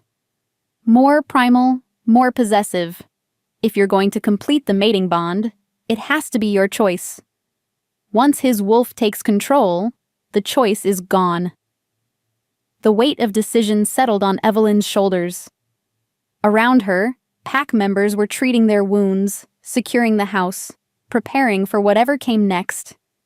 These people, wolves, had just risked their lives to save her. Children who barely knew her had called her pack, had said she smelled like belonging. And Dominic. God, what he'd done for her tonight. The way he'd fought, the way he'd looked when he thought she was lost, the way he'd been willing to face down 30 rogues to get her back. "I need to see him," she said. Elena nodded. "He's in his room, top of the stairs, second door on the right." The house was quiet as she climbed the staircase, but she could hear the low sounds of distress coming from behind Dominic's door. When she pushed it open, she found him pacing the length of the room like a caged animal, his shirt discarded and his chest wrapped in bandages that were already spotted with blood. "You shouldn't be here," he said without turning around. His voice was completely inhuman now, a gravelly growl that vibrated through her bones. "Where else would I be?" "Anywhere but here. Anywhere safe." He spun to face her and she gasped. His eyes were pure gold, blazing with an inner fire. His face was elongating, cheekbones becoming more pronounced, jaw extending. I can't control it much longer, Evelyn. When the change completes, I know what happens. She stepped into the room, closing the door behind her. Elena explained. Then you know you need to leave, now, before... He doubled over with a grunt of pain as his spine began to reshape itself. Before I can't let you go. Instead of leaving, she moved closer. What if I don't want to go? His head snapped up, golden eyes locking onto hers. What if, she said, her voice gaining strength with each word. I want to stay? What if I want to choose this, choose you, before the moon makes the choice for us? Evelyn. Her name was barely recognizable, torn from a throat that was no longer entirely human. I've spent my whole life being chosen for, she continued, approaching him with steady steps. Chosen for my mother's happiness, chosen for my family's reputation, chosen for other people's expectations. But this is the first time I get to choose for myself. You don't understand what you're choosing. He backed away from her, but his retreat was stopped by the wall. The mating bond, it's not like human marriage. It's biological, spiritual, permanent. You'll never be able to leave me, never be able to love anyone else. And he laughed brokenly. I'll never be able to let you go. Never be able to put anything above your safety, your happiness, your well-being. That sounds terrible, she said with a small smile. Being loved that completely. It is terrible. Because what happens when you realize you've made a mistake? What happens when the supernatural world becomes too much? When the politics and the danger and the isolation drive you away? His claws scraped against the wall behind him. I'll destroy anyone who tries to help you leave, including myself. She was close enough to touch him now, close enough to feel the heat radiating from his skin, to smell the wild, clean scent that was purely him. Then I guess I better be sure. Are you? The question was desperate, hopeful, terrified. Are you sure, Evelyn? She thought about her life before tonight, the loneliness, the constant anxiety, the feeling that she was always playing a role that didn't quite fit. Then she thought about the pack, about children who'd accepted her without question, about a community that had risked everything to save her. Most of all, she thought about the man before her, who'd been willing to face down his own family to protect her, who'd charged into battle against impossible odds because she was in danger, who was fighting his own nature to give her a choice. I'm sure, she said quietly. I choose you, Dominic. I choose us. The sound he made was part growl, part sob. Thank God. Show me, she whispered, reaching up to touch his face where golden fur was beginning to sprout. Show me what I'm choosing. His control snapped. The change that swept through him was magnificent and terrifying. Bones lengthened and reformed, muscles expanded, and his face completed its transformation into something that was part man, part wolf, and entirely predator. Golden fur covered his arms and chest, and when he straightened to his full height, he towered over her by at least a foot. But his eyes, those blazing gold eyes, were still Dominic's, still the man she was choosing to love. Beautiful, she breathed. He moved then, his massive hands cupping her face with surprising gentleness. Mine, he growled, the word carrying centuries of meaning. Yours, she agreed. When he kissed her, it was with the desperate hunger of a man who'd been denying himself for months combined with the primal need of a wolf claiming his mate. His teeth were careful against her lips, his claws gentle on her skin, but there was no mistaking the wild power barely contained beneath the surface. Are you afraid? He asked against her mouth. Terrified, she admitted, and I've never been more sure of anything in my life. His laugh was pure wolf, full of joy and possession and fierce love. Outside, the full moon reached its zenith, bathing the room in silver light. But Evelyn only had eyes for the magnificent creature holding her, the alpha who'd chosen her above duty and politics and the approval of his kind. "Then let me show you," he said, "what it means to be mine." Chapter 8. The Claiming. The claiming was unlike anything Evelyn could have imagined. Dominic's wolf-form hands mapped every inch of her body with reverent care, as if memorizing her by touch. His enhanced senses meant he could hear her heartbeat, smell her arousal, feel the pulse of blood through her veins.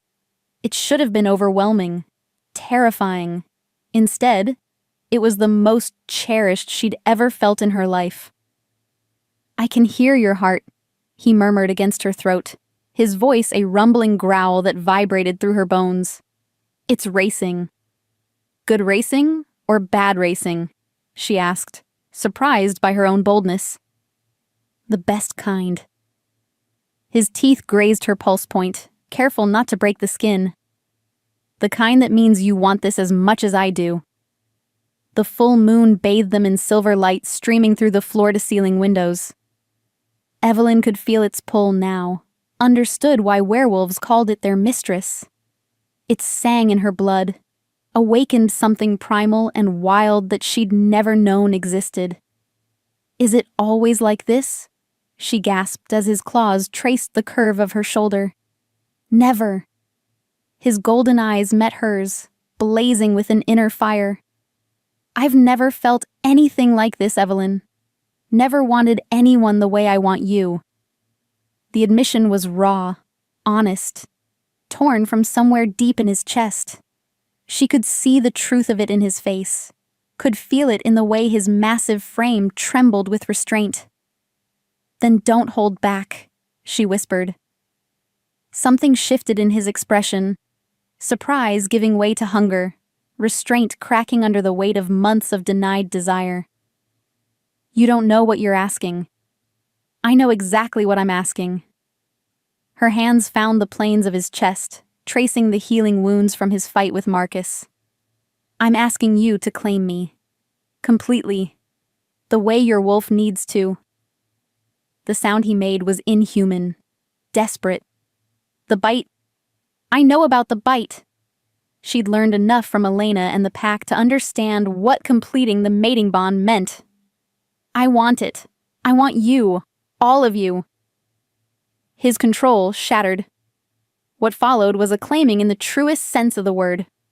Primal, possessive, and absolutely transcendent.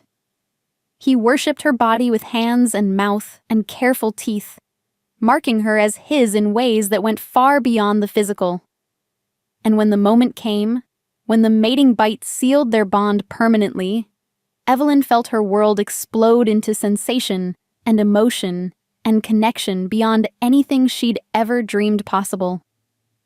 "Mine," his thoughts whispered in her mind, the bond allowing them to share consciousness for the first time. "Yours," she responded, marveling at the alien sensation of hearing his mental voice. Forever, they thought together.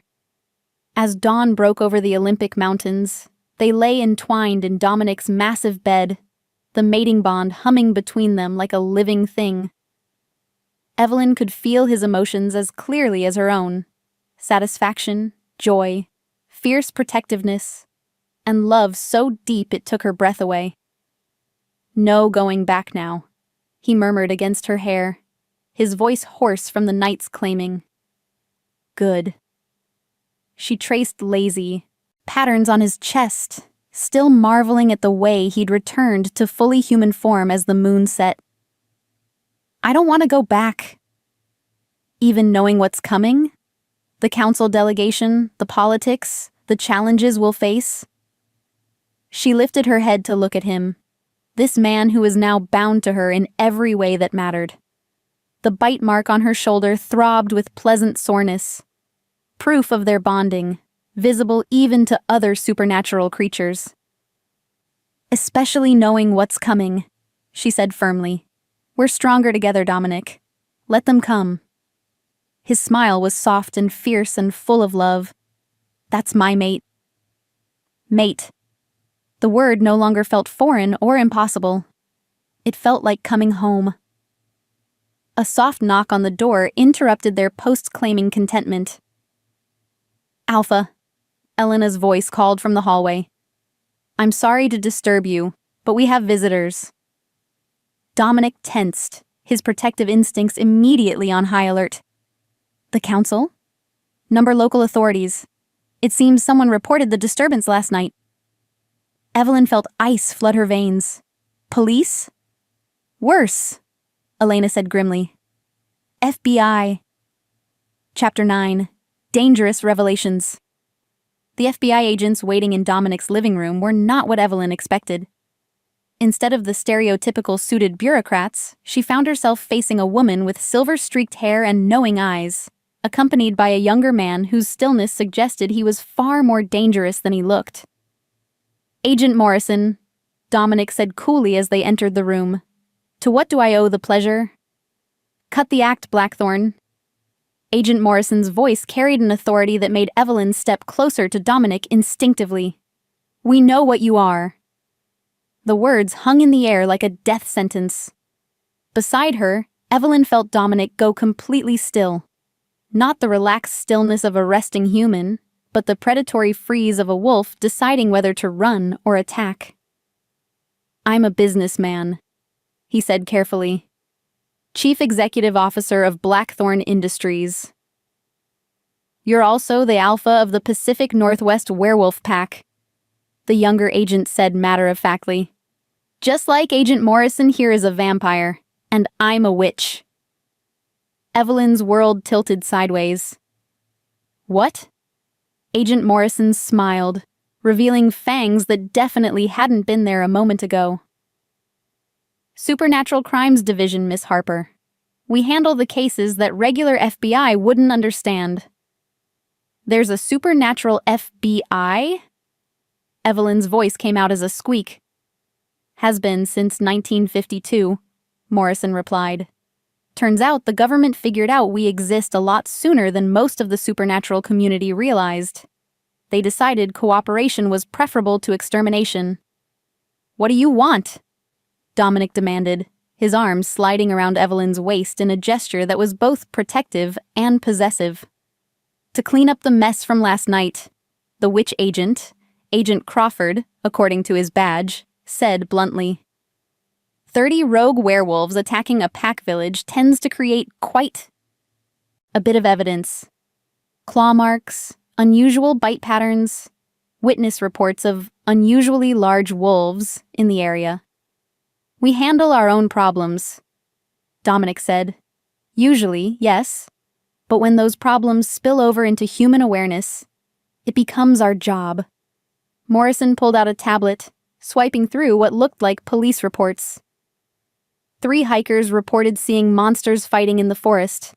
A park ranger found enough blood to fill a bathtub, and the medical examiner is very confused about the claw marks on Marcus Thorne's body.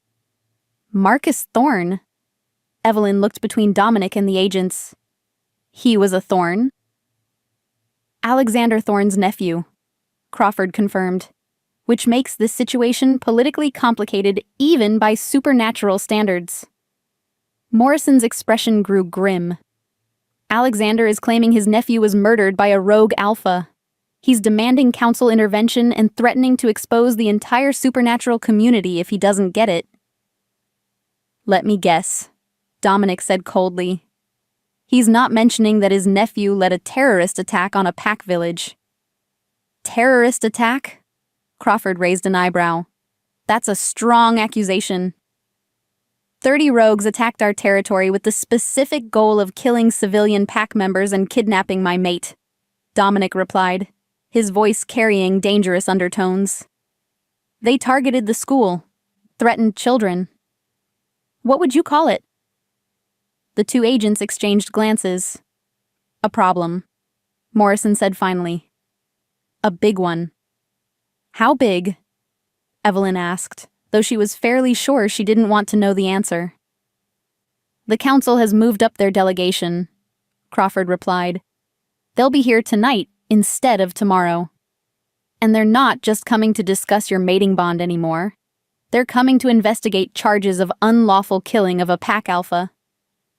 Self-defense is difficult to prove when there are no survivors to corroborate your story. Morrison cut Dominic off. The rogues who escaped? They've vanished. Without their testimony. It becomes my word against Alexander's. Dominic finished grimly. And Alexander has the backing of 3 council members who've never been fond of your progressive leadership style, Crawford added. Evelyn felt the walls closing in around them.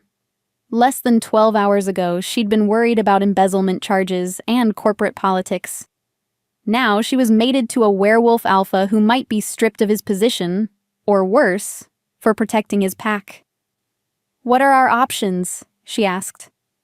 Our? Morrison looked surprised. Miss Harper, with respect, this doesn't really concern you. Like hell it doesn't.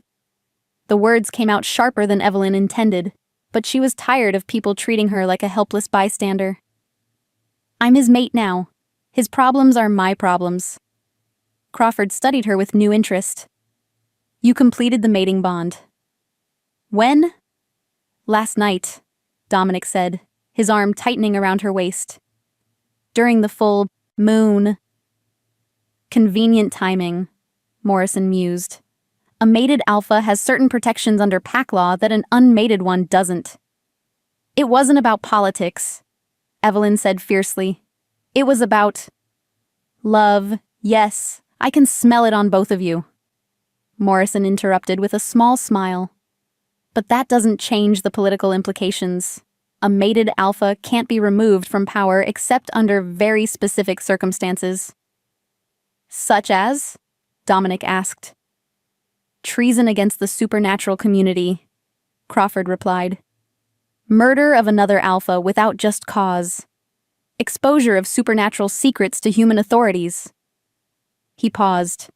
Or the council ruling that his mate is a security risk. Ice flooded Evelyn's veins. A security risk? You're human, Miss Harper. No matter how much you love each other, no matter how strong your bond, you're still human. If the council decides that makes you a liability. Morrison shrugged. They have options. What kind of options? The agents exchanged another look, this one laden with meaning. The kind that don't end well for anyone involved, Crawford said quietly. Dominic moved then, placing himself between Evelyn and the agents with fluid grace. No one touches her. Not the council, not Alexander, not anyone. Even if it means losing your pack? Morrison asked. Your territory? Everything your family has built for 4 generations? The question hung in the air like a blade. Evelyn could feel the weight of it, could see the pain it caused Dominic to even consider. His pack wasn't just his responsibility, it was his family, his legacy, his entire reason for existing. Yes, he said quietly, even then. Dominic, no, Evelyn protested. You can't sacrifice everything for me. I can and I will. He turned to face her, his amber eyes blazing with determination. You're my mate, Evelyn, my soul. I don't exist without you. The raw honesty in his voice made her chest ache. Around them, she could feel the attention of the FBI agents, the weight of decisions that would affect not just them, but hundreds of pack members who depended on Dominic's leadership. There might be another way, Crawford said suddenly. All eyes turned to him. What kind of way? Dominic asked. The charges against you are based on Alexander's word and his interpretation of events. But what if there were additional evidence? Something that proved Marcus and his rogues were acting on Alexander's orders. Such as? Crawford smiled, and for the first time, Evelyn saw something predatory in his expression that reminded her he wasn't entirely human either.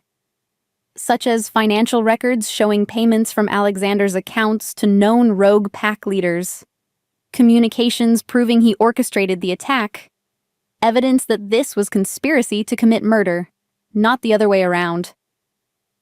"Do you have such evidence?" Dominic asked carefully. "Not yet, but give me 6 hours and access to Alexander's electronic devices." Crawford's smile grew wider. "I'm very good at finding things people try to hide." Morrison looked alarmed. "Crawford, we can't..." "Can't what? Investigate a potential terrorist attack on American soil? Last time I checked, that was exactly our job." Crawford's expression grew serious. 30 rogues don't organize themselves, Agent Morrison. Someone funded this operation, planned it, gave them intelligence about pack defenses. If that someone is Alexander Thorne, then he's the one who should be facing council justice, Morrison finished, understanding dawning in her eyes. "Can you do it?" Evelyn asked. "Can you find proof?" "If it exists, yes." Crawford's gaze shifted between her and Dominic. "But it'll require your cooperation, and some very careful timing." "What do you need?" "A distraction. Something to keep Alexander and the council delegation busy while I work." Crawford's smile turned wicked. "I don't suppose you'd be willing to throw a mating celebration?" Evelyn blinked. "A what?" "Pack tradition," Dominic explained slowly, understanding dawning in his voice.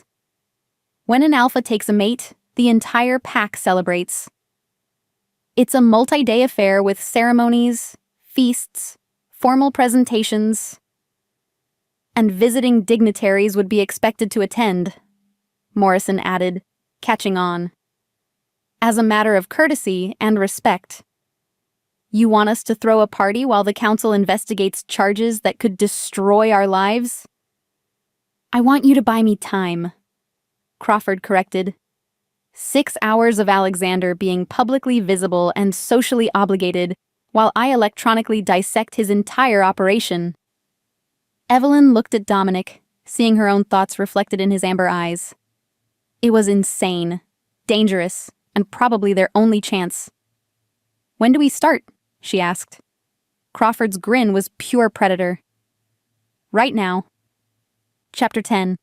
The Mating Celebration. 6 hours later, the pack village had been transformed into something out of a fairy tale.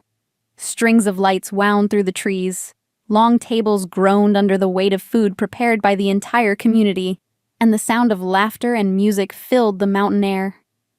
If Evelyn hadn't known they were essentially throwing a party to distract supernatural politicians while the FBI searched for evidence of treason, she might have actually enjoyed herself.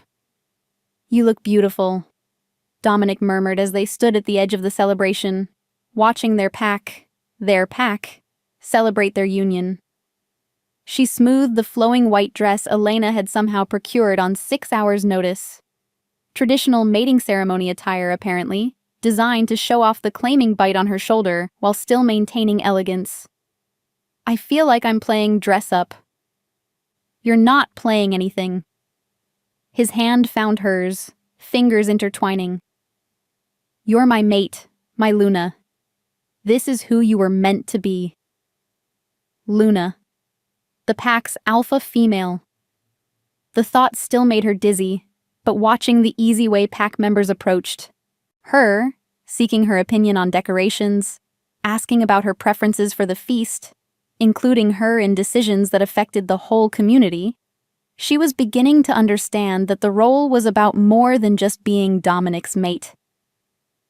"Alpha," Sarah approached them, her earlier hostility replaced by something that looked like grudging respect. "The council delegation has arrived." Through the trees, Evelyn could see a convoy of black SUVs making their way up the mountain road. Her stomach clenched with nerves, but Dominic's hand squeezed hers reassuringly. "Remember," he said quietly, "you belong here. You're pack now, and pack protects pack." The vehicles stopped at the edge of the village, and their occupants emerged like something out of Evelyn's worst nightmares. Alexander Thorne was exactly what she'd expected. Tall, silver-haired, and carrying himself with the kind of authority that suggested he'd never been told no in his life. The other council members flanked him like an honor guard. A severe-looking woman with ice-blue eyes, a massive man who looked like he could bench press a car, and a thin, pale individual whose gender was impossible to determine, but whose presence made Evelyn's skin crawl. "Dominic," Alexander called out as they approached, his voice carrying across the celebration like a whip crack. "How festive." "Uncle Alexander," Dominic replied smoothly. "Welcome to Pack territory. I believe congratulations are in order. I've taken a mate." Alexander's gaze shifted to Evelyn, and she felt like a bug under a microscope. "So I've heard. The human." "Her name is Evelyn," Dominic said, a warning edge in his voice. "And she's Luna of this pack." "Is she indeed?" The ice-eyed woman stepped forward. "I am Counselor Frost. I'm curious to meet the human who thinks she can bond with an alpha." "I don't think anything," Evelyn replied, finding her voice despite the intimidation tactics. "I know what I've chosen, and I know who I've chosen it with." "Chosen?" Counselor Frost smiled coldly. "How quaint, as if human choices matter in supernatural politics." "They matter to me," Dominic said, his voice dropping to that dangerous growl. "Yes, well, that's rather the problem, isn't it?" Alexander stepped closer, and Evelyn could smell something wrong about him, like flowers covering decay. "Your choices have led to some unfortunate consequences." "Such as?" "My nephew is dead, Dominic. Killed by your hand during what should have been a simple territorial negotiation." "Simple?" Dominic's control was fraying, his eyes beginning to flash gold. 30 rogues attacking a pack village, threatening children, kidnapping my mate. You call that simple? "I call it Marcus responding to provocation," Alexander replied smoothly.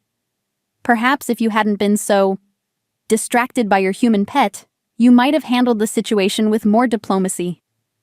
The insult hung in the air like a challenge. Around them, packs. Members had gone still, recognizing the threat to their Alpha and Luna. Even the children had stopped playing, sensing the tension. "Gentlemen," Elena appeared at Evelyn's shoulder like a guardian angel. "Surely such serious discussions can wait until after the celebration. Tonight is about joy, about the continuation of pack bloodlines, about hope for the future." "How thoughtful." The pale counselor spoke for the first time, their voice like wind through dead leaves. "But some matters cannot wait for convenience." "Of course not," Elena agreed pleasantly. "But perhaps our guests would like to refresh themselves first? The journey from Seattle is quite taxing, and the traditional ceremonies can be lengthy."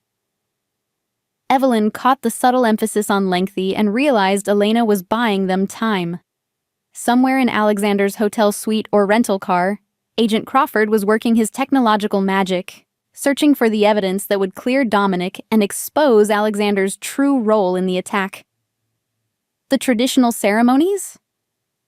Alexander looked intrigued despite himself. "I wasn't aware humans could participate in pack-bonding rituals." "Evelyn isn't just human anymore," the massive counselor rumbled, speaking for the first time.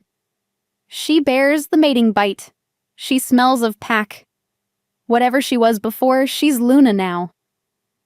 "Counselor Stone is correct," Elena said smoothly. "The bonding ceremonies must be completed according to ancient law. The pack presentation, the challenge period, the oath of protection." "Challenge period?" Evelyn whispered to Dominic. "A formality," he murmured back. "Any pack member who objects to the mating can issue a challenge. It hasn't happened in over 50 years. I challenge." The words cut through the celebration like a blade. All eyes turned to Alexander, who stood with the confidence of someone who just played a winning card. "On what grounds?" Dominic demanded. on the grounds that this human represents a clear and present danger to pack security, supernatural secrecy, and the stability of the werewolf community. Alexander replied formally. I invoke the right of challenge and demand she prove her worthiness through combat. Horror washed over Evelyn. Combat? Single combat, Counselor Frost clarified, looking pleased. To the death if necessary. It's ancient law. When a pack member challenges an alpha's choice of mate, the challenge must be answered in blood. She's human, Dominic snarled. She can't fight a werewolf. Then perhaps, Alexander said with a cold smile, you should have chosen more wisely. The trap was perfect, Evelyn realized with growing dread. Alexander couldn't challenge Dominic directly, not without cause that the council would accept. But he could challenge her, force her into a fight she couldn't win, and eliminate the problem of their mating bond while making it look perfectly legal. I accept, she heard herself say. Evelyn, no. I accept the challenge, she repeated, louder this time. Around them, pack members were staring in shock and horror. A few of the children had started crying. You can't, Dominic grabbed her arm. I won't let you. You don't have a choice, Counselor Frost said with satisfaction. Challenge law supersedes even alpha authority. She's accepted. The combat will take place at moonrise. Who will I be fighting? Evelyn asked, proud that her voice remained steady. Alexander's smile was all teeth and malice. Why, my champion, of course. I believe you've already met him. From the shadows at the edge of the village, a figure emerged that made Evelyn's blood turn to ice. Marcus, not the Marcus she'd met in Dominic's office, but the other one, the cousin who should have been Alpha, stepped into the light. He was massive, scarred, and looked at her with the kind of hunger that meant he was going to enjoy killing her very, very much. Hello again, little human, he purred. Ready to die? Evelyn looked at the werewolf who was going to try to murder her in front of her new pack, at the council members who were clearly enjoying the spectacle, at Alexander, whose plan was working perfectly. Then she looked at Dominic, saw the absolute devastation in his amber eyes, the helpless fury of an alpha who couldn't protect his mate without breaking the very laws that governed their society. Actually, she said, surprising everyone, including herself, I have a better question. Are you ready to lose to a human? Marcus's laugh was pure predator. This should be entertaining. As the pack began preparing the ritual combat circle, and Dominic tried desperately to find a legal way to stop what was about to happen, Evelyn closed her eyes and sent a silent prayer to any deity who might be listening. She had 2 hours until moonrise. Agent Crawford, better work fast. Chapter 11. Blood Moon Rising. The ritual combat circle was older than the village, older than the pack itself. Carved from living stone and marked with symbols that predated written language, it sat in a natural amphitheater carved into the mountainside. Pack members filled the stone benches carved into the surrounding rock, their faces grim with the knowledge that they were about to watch their Luna die. There has to be another way. Dominic paced the small preparation area like a caged wolf, his control hanging by threads. Some loophole, some technicality. There isn't. Elena's voice was gentle but firm. Challenge law is absolute, Dominic. You know that. Then I'll break the law. His eyes flashed gold. I'll forfeit my position, take her away from here. And sentence the entire pack to death? Dr. Martinez asked quietly. Because that's what will happen. Alexander becomes Alpha by default, and his first act will be to purge the territory of corrupting influences, starting with anyone who supported your leadership. David's right, Sarah said from the corner where she was methodically checking weapons. We all knew this was a possibility when we supported your mating bond. We chose to stand with you both. You chose to stand with me, Evelyn corrected, finally finding her voice. I won't let you all die because I was too stubborn to walk away." "You couldn't walk away," Elena said firmly. "None of us could. The mating bond is stronger than politics or law or common sense," Evelyn finished. "I know. I can feel it." She touched the bite mark on her shoulder, still tender from the claiming. Through the bond, she could feel Dominic's anguish, his desperate need to protect her warring with his duty to the pack. 2 minutes, a voice called from outside. Evelyn stood, smoothing the simple black clothing Elena had provided. Combat gear, designed for movement and flexibility. Not that it would matter much against a werewolf who outweighed her by 100 pounds and had claws that could tear through steel. "Evelyn." Dominic caught her hands, his own trembling slightly. "I can't watch this. I can't stand there and watch him kill you." "Then don't watch the killing," she said quietly. "Watch me fight. Watch me prove that your choice was right, that humans can be stronger than any of you imagine. You can't win this fight. Not against Marcus, not in fair combat." She smiled, leaning up to press a soft kiss to his lips. Who said anything about fair? Before he could ask what she meant, the call came for the combatants to enter the circle. Evelyn walked out into the ancient stone ring with her head high and her heart hammering against her ribs. The pack's eyes followed her every movement, and she could feel their mixture of admiration, terror, and desperate hope. Marcus was already waiting in the center, having partially shifted into his hybrid form.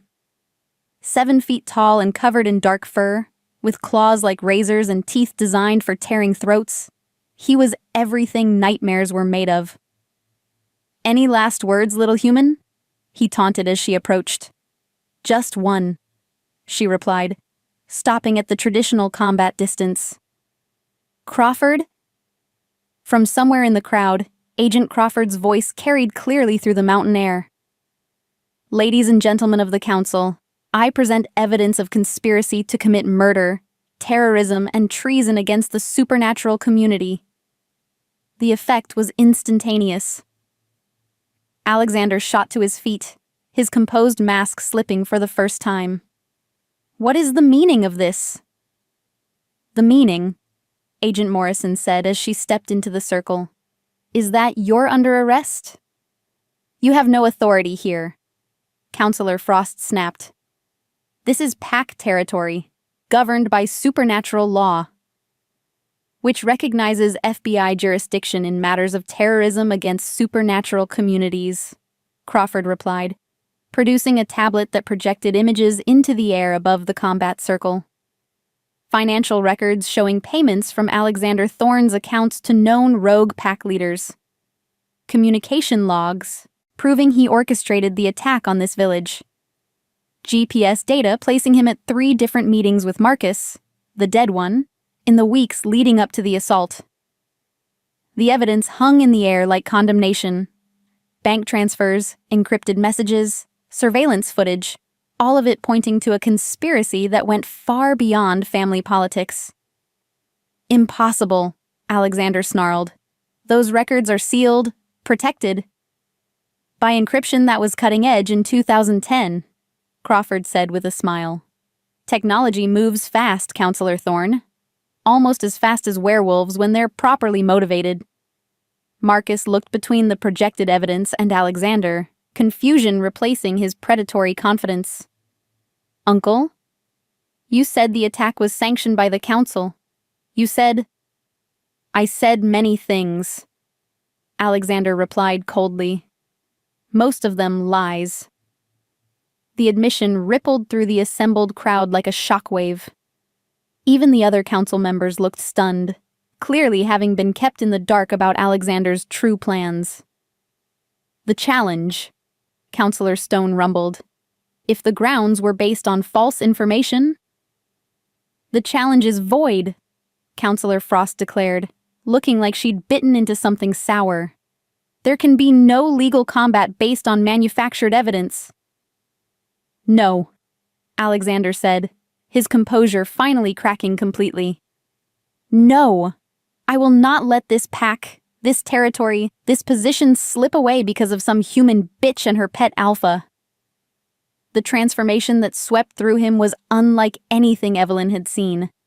Where Dominic and Marcus shifted between human and wolf forms, Alexander became something else entirely. Something wrong, twisted, corrupted by decades of hatred and ambition.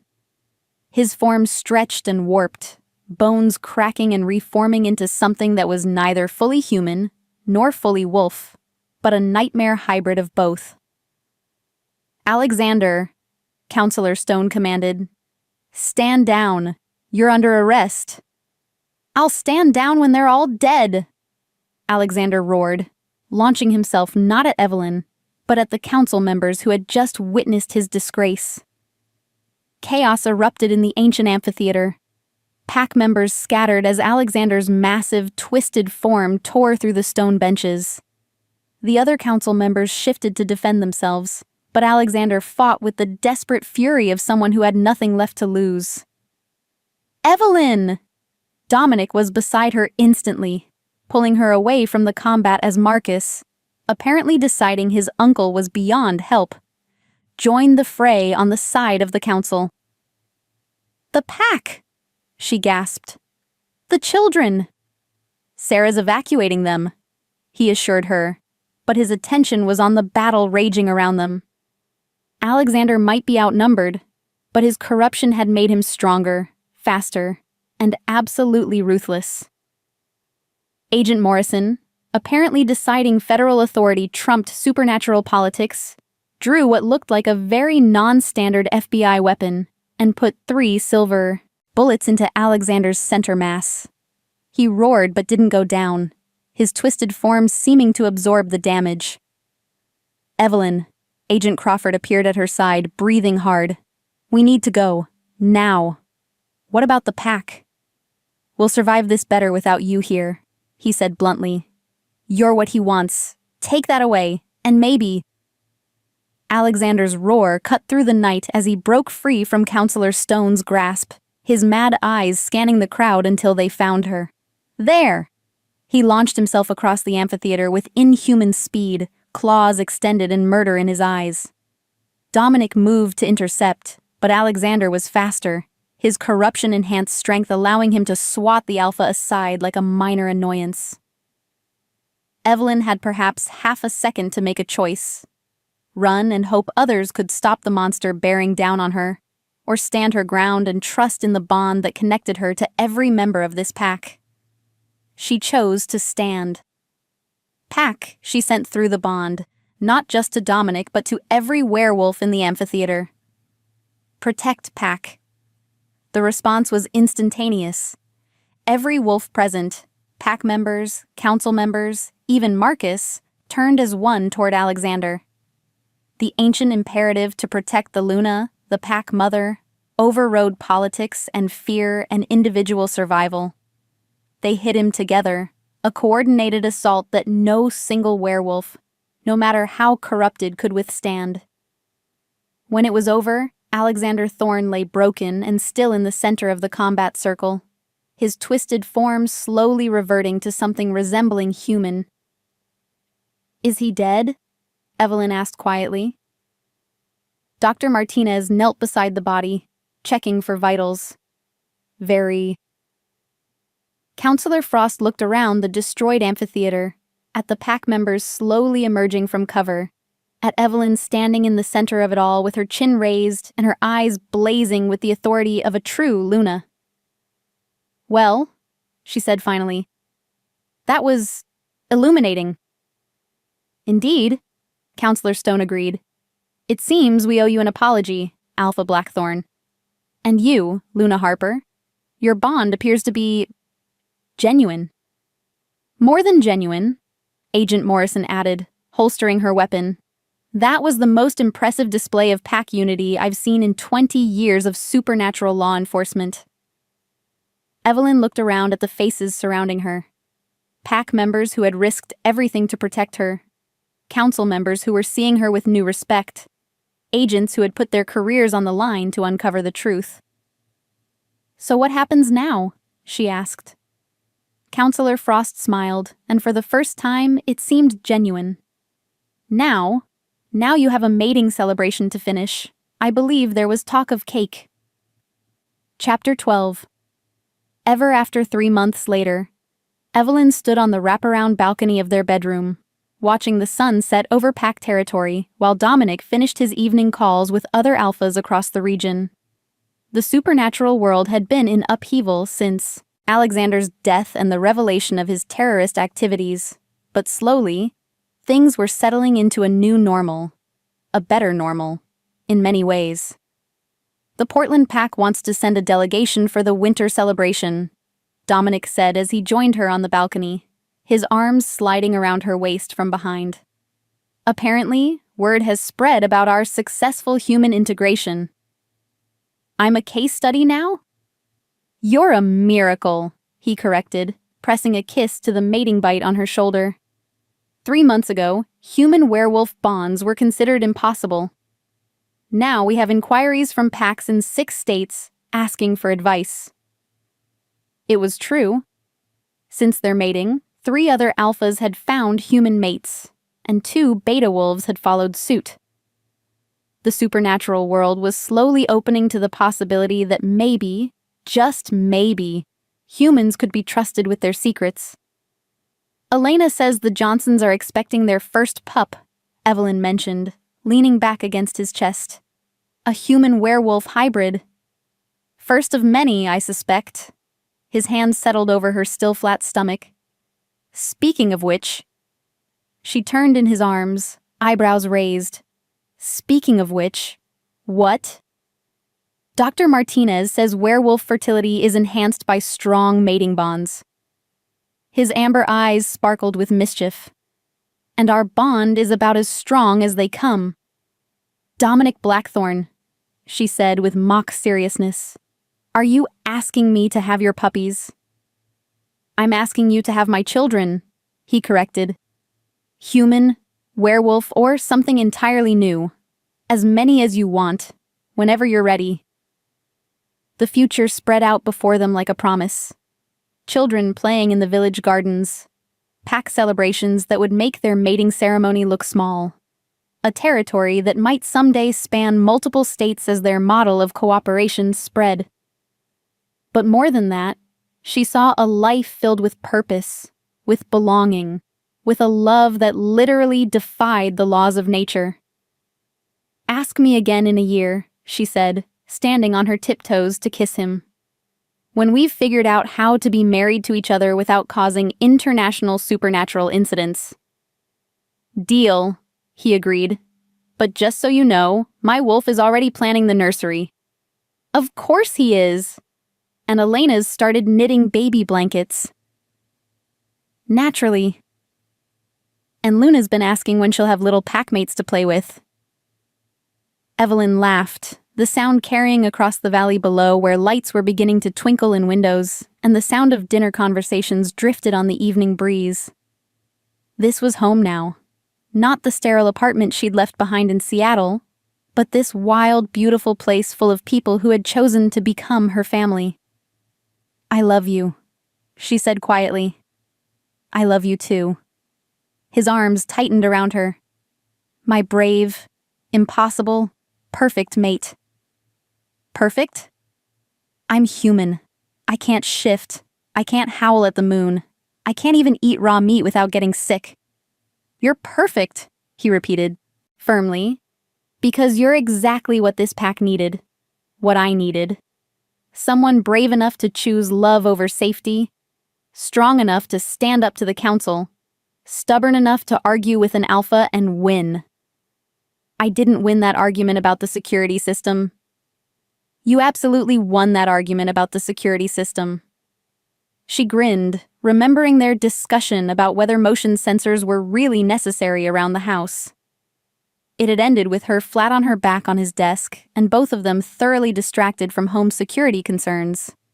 The pack settling in well, she observed, watching several teenagers playing what looked like a very athletic game of tag through the trees.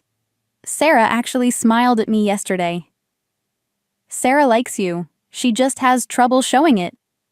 She likes that I'm not afraid of her, Evelyn corrected. There's a difference.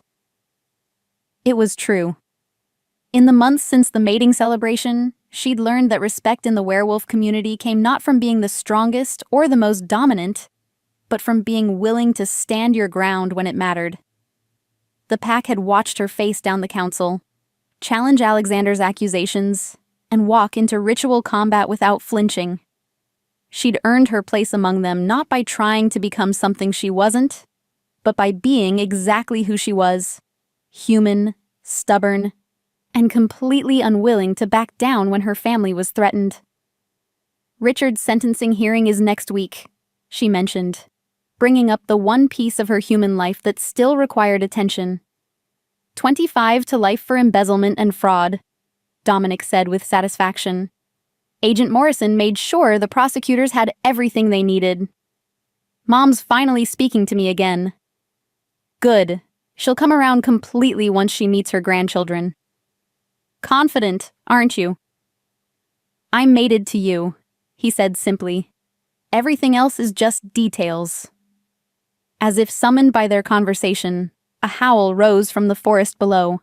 Not an alarm, but the evening song of a pack calling to the rising moon.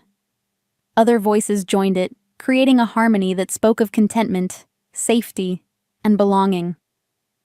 Are you ever going to teach me to do that? Evelyn asked. Howl.